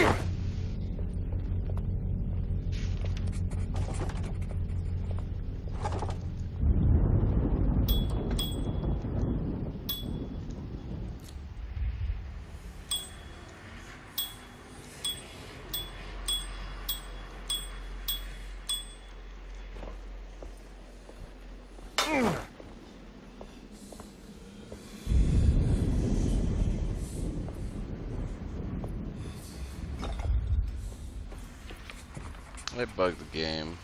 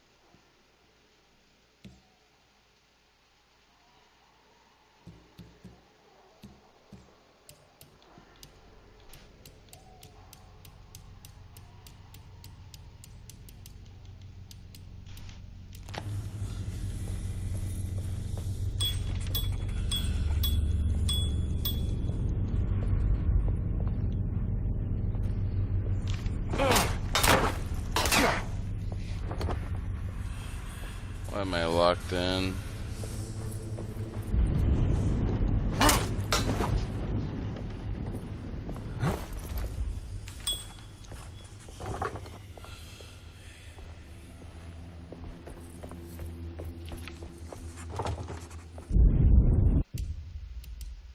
my god. I think I locked myself in something. I don't know what I did here.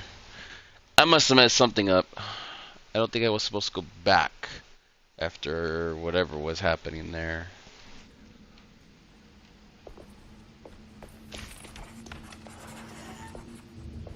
Yeah.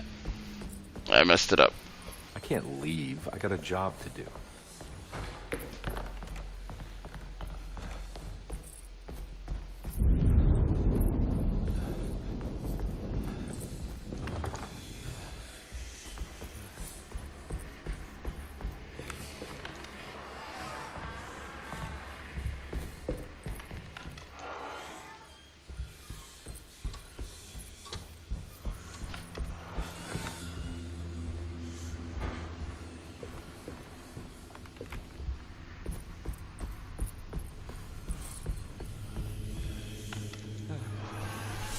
Detective, am I glad to see you. Lock the door, will you?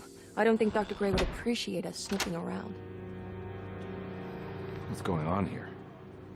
This feels so strange.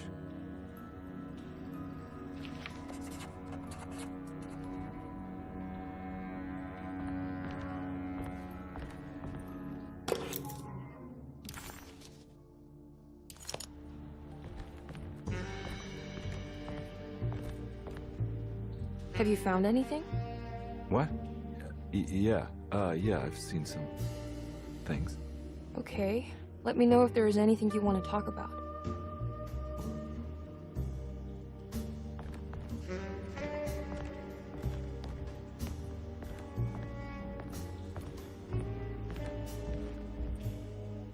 You don't find this place strange?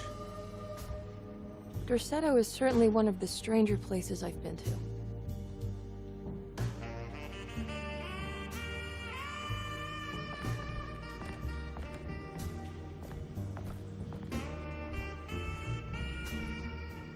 This room feels too real. Hyper real. More than anything I've ever experienced. Okay. I don't see what you mean. Forget it. I gotta get back to breaking the contract. Yeah, that's what I was doing.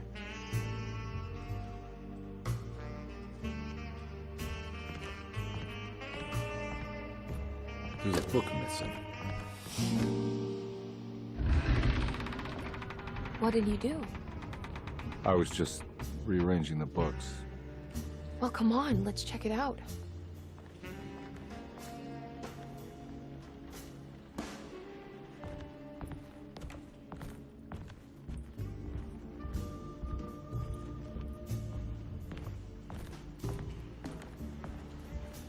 I think I'm beginning to understand. Dr. Gray is dealing with some kind of mass delusion.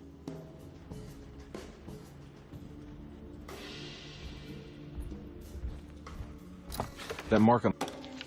Good to finally meet you, Mr. Hartwood. I'm here on the behalf of your brother Philip. You were expecting me, weren't you? Yes. You're from Derceto, no? That's right. I just wanted to ask you a few questions to see if there is anything I can do to help you and your family. Okay. I understand you're full of imagination. You make up a lot of things. I suppose. And you obsess over them, blurring reality and fiction. Sometimes. Do you want to tell me about the Dark Man? No. No, I don't. That's all right. Perhaps there is something else you can tell me. Something you know to be made up, but you hold dear. Juan? John? Who's John? No. Juan Luis Jorge. Wait there a moment. Here, take a look. Is he... Oh, he is the author. Floor looks like talisman positions, but from which direction should I look at it?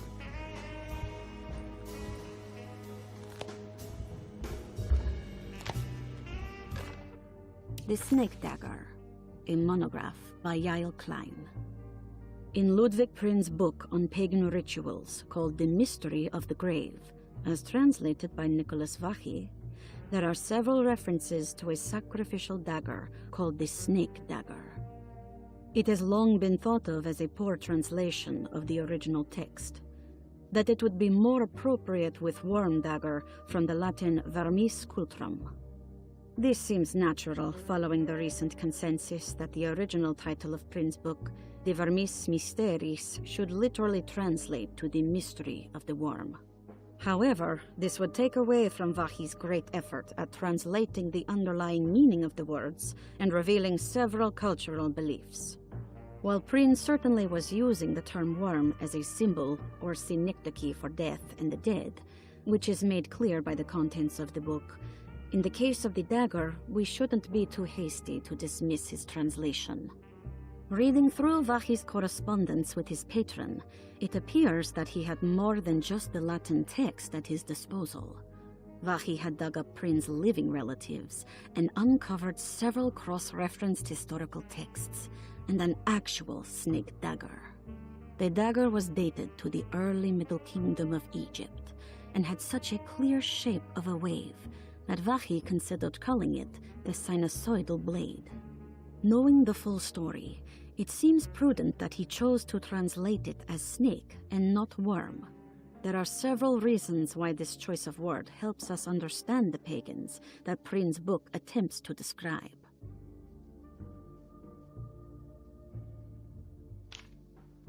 The symbolic value of the shape becomes more apparent when reading about the use for the dagger.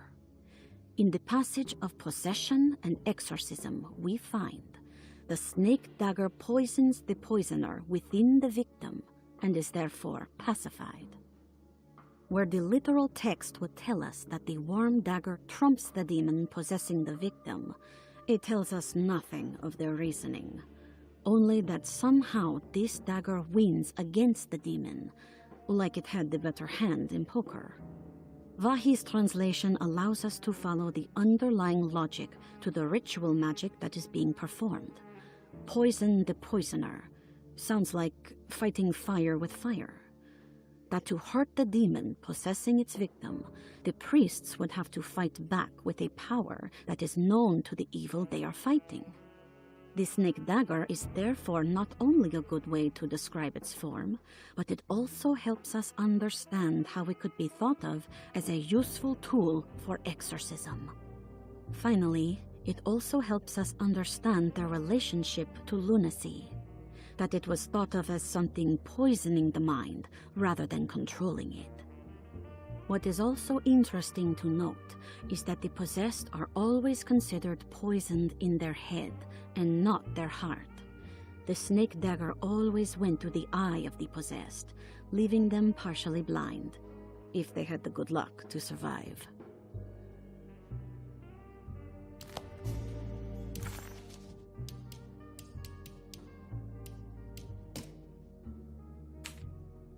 It's a magnificent book. Life-changing even. The real Juan is long dead, but I like to think of him as my friend. My most beloved friend. I see. Do you often do this? Fantasize about people you read about? No. Well, there is Jacob. Who is Jacob? Turn to the last page. Oh, it's a newspaper article. The Prisoner of Ice, Jacob van Ostad. Is he also your beloved friend? Oh, no, Doctor. Not at all. He is the fire that fights fire. Yes, I think it's clear your overstimulated imagination, this mania, needs to be tempered for you to live a normal life. I know your family calls it the Heartwood Curse, but I want you to know that there is nothing supernatural about your condition. It's all inside your head. And with that, I'm very qualified to deal with. In time, you will be cured. In time. Yes, in time we will exorcise all your demons, all the dark men. Yeah! Please, Mr. Heartwood, calm yourself. What happened?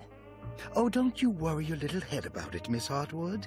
Your uncle and I just had our first breakthrough.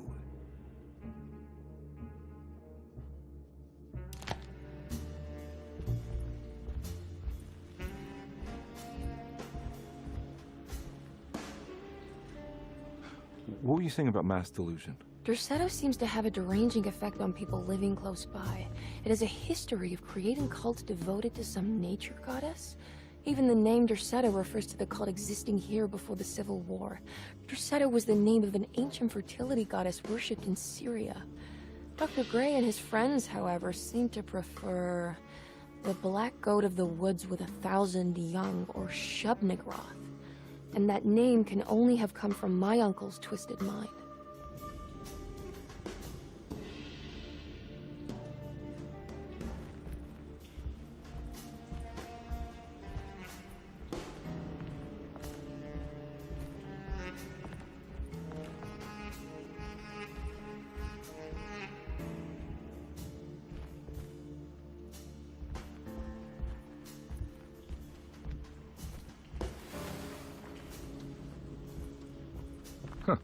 Has that been there this whole time?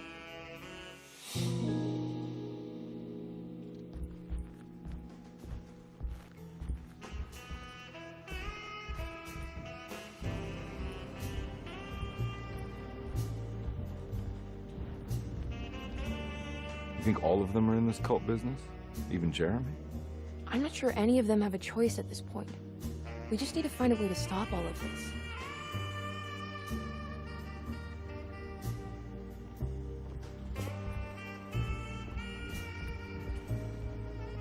I've been so busy trying to free your uncle from the promise he made to the Dark Man. I guess I kind of just let everything else go.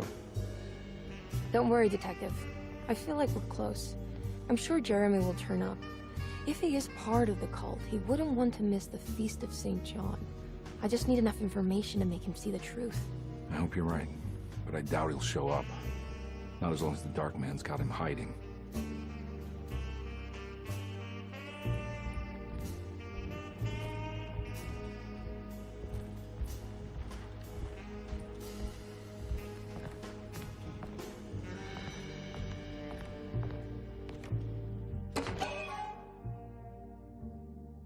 Hey.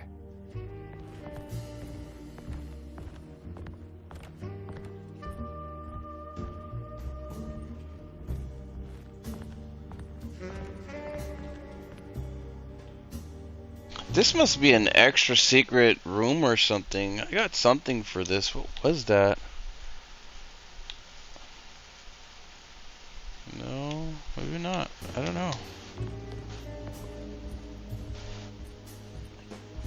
I got the furniture key, but where do I put it? Right here.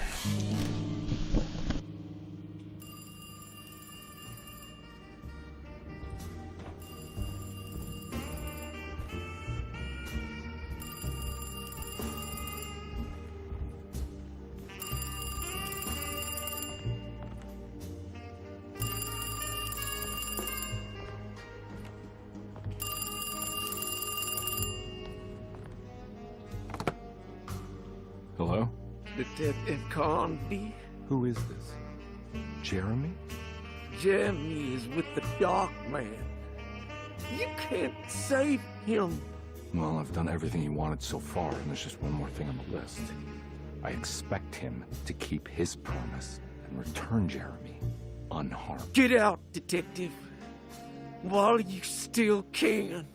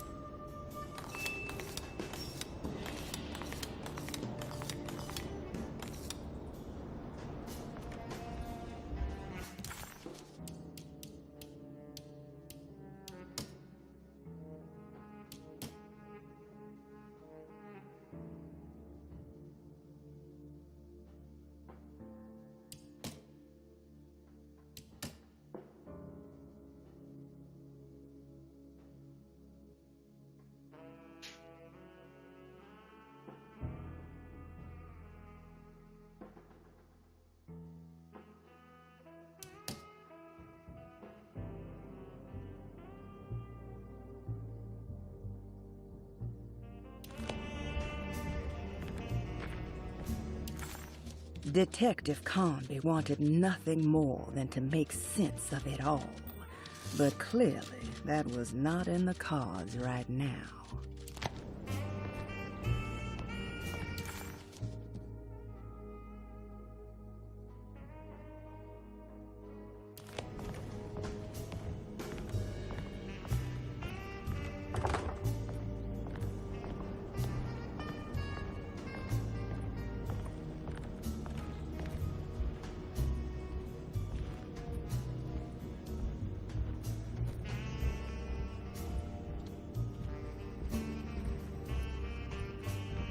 Okay, we have a hint in here somewhere, but where is it at?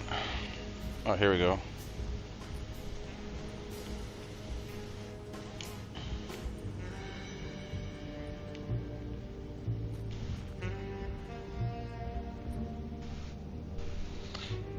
Hey, Sinister. How's it going? Thanks for stopping in. It's a little bit of a quiet night, mostly because the story is getting so intense. It's one of those thinking moments. Match the pattern, so it's like sideways. Alright, let's see if we can't get that. Oh, wrong way. I don't like the camera here.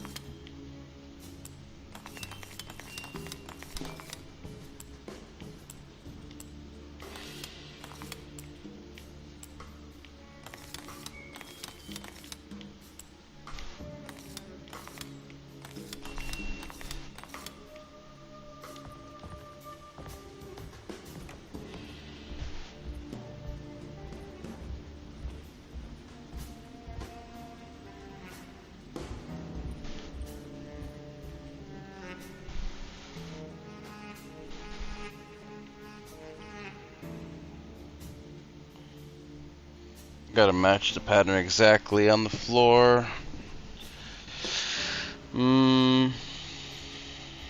Okay, let's try it again.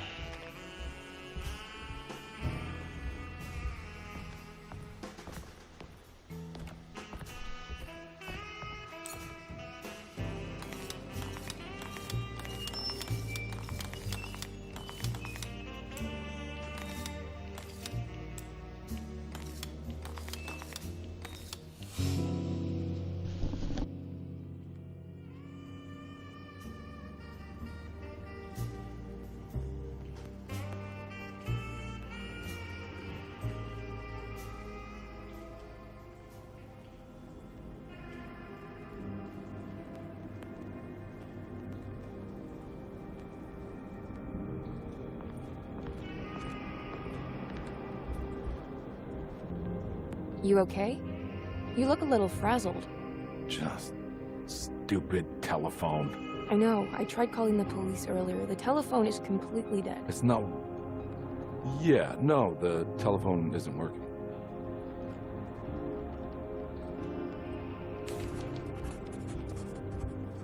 Miss Hartwood, I think you're gonna want to see this. Is there something in the closet? Yeah, there is. You don't see the very obvious gate leading to whatever Jeremy's madness is serving up next? I don't understand. Are you making some kind of fashion metaphor? I'm sorry, I don't have time for this. Can you just tell me what you're doing? You don't see this. It's fine. It's fine. Catch you later. Are you going inside the closet? Yeah. You got a problem with that? No. Do what you think is right, Detective. Sorry, I didn't mean to. Goodbye, Miss Harwood.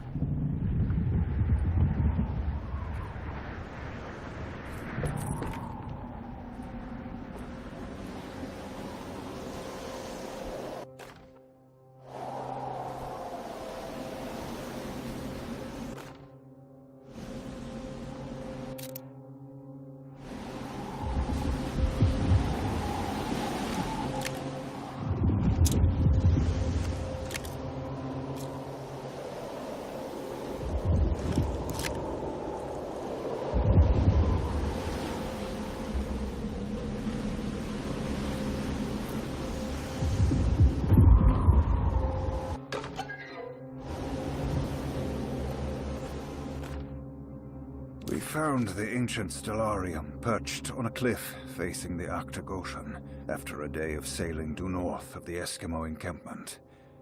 Jacob van Oostad was our most keen member of the expedition.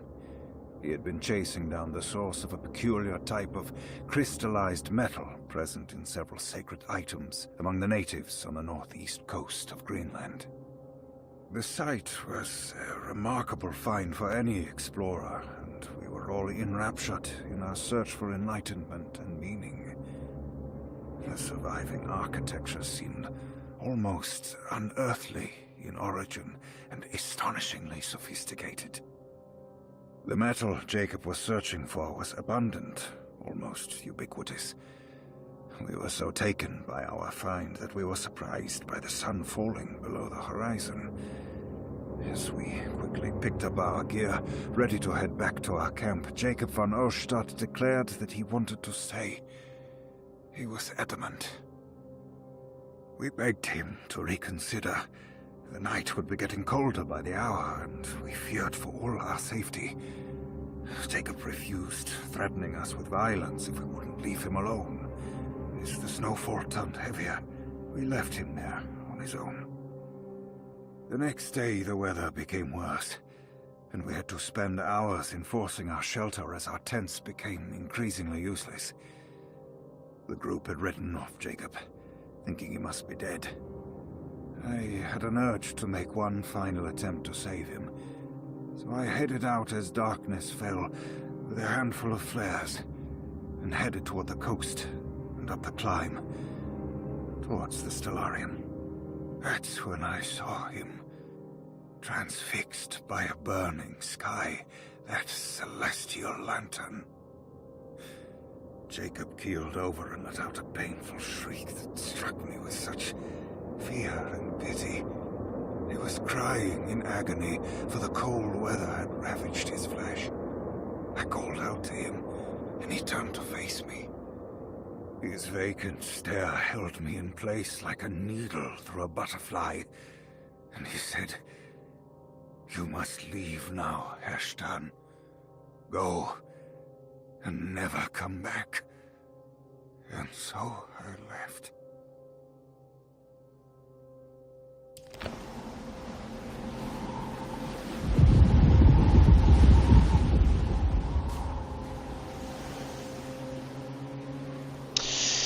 Alrighty, I think this is gonna be where we call it a night. This is a very long chapter. I was not expecting it to be so long. I was thinking, oh, I'm gonna get on and finish the game in like 2 hours. Psych. Looks like we have quite a bit ways to go. I can't believe it. The game is getting so ridiculous now. I feel like I made a good choice by picking Crombie. Looks like we're doing pretty decent on collectibles as well. I don't have all of them, but I mean, I've gotten quite a few, which is nice. How are we doing on the 22 of 38? I feel like we're getting really close to the end here. I think what we're going to do is we're going to wrap it up for tonight, and then first thing in the morning we're going to come back on and figure it out. It's getting good. It's getting good, but I'm getting tired. It's been a long day.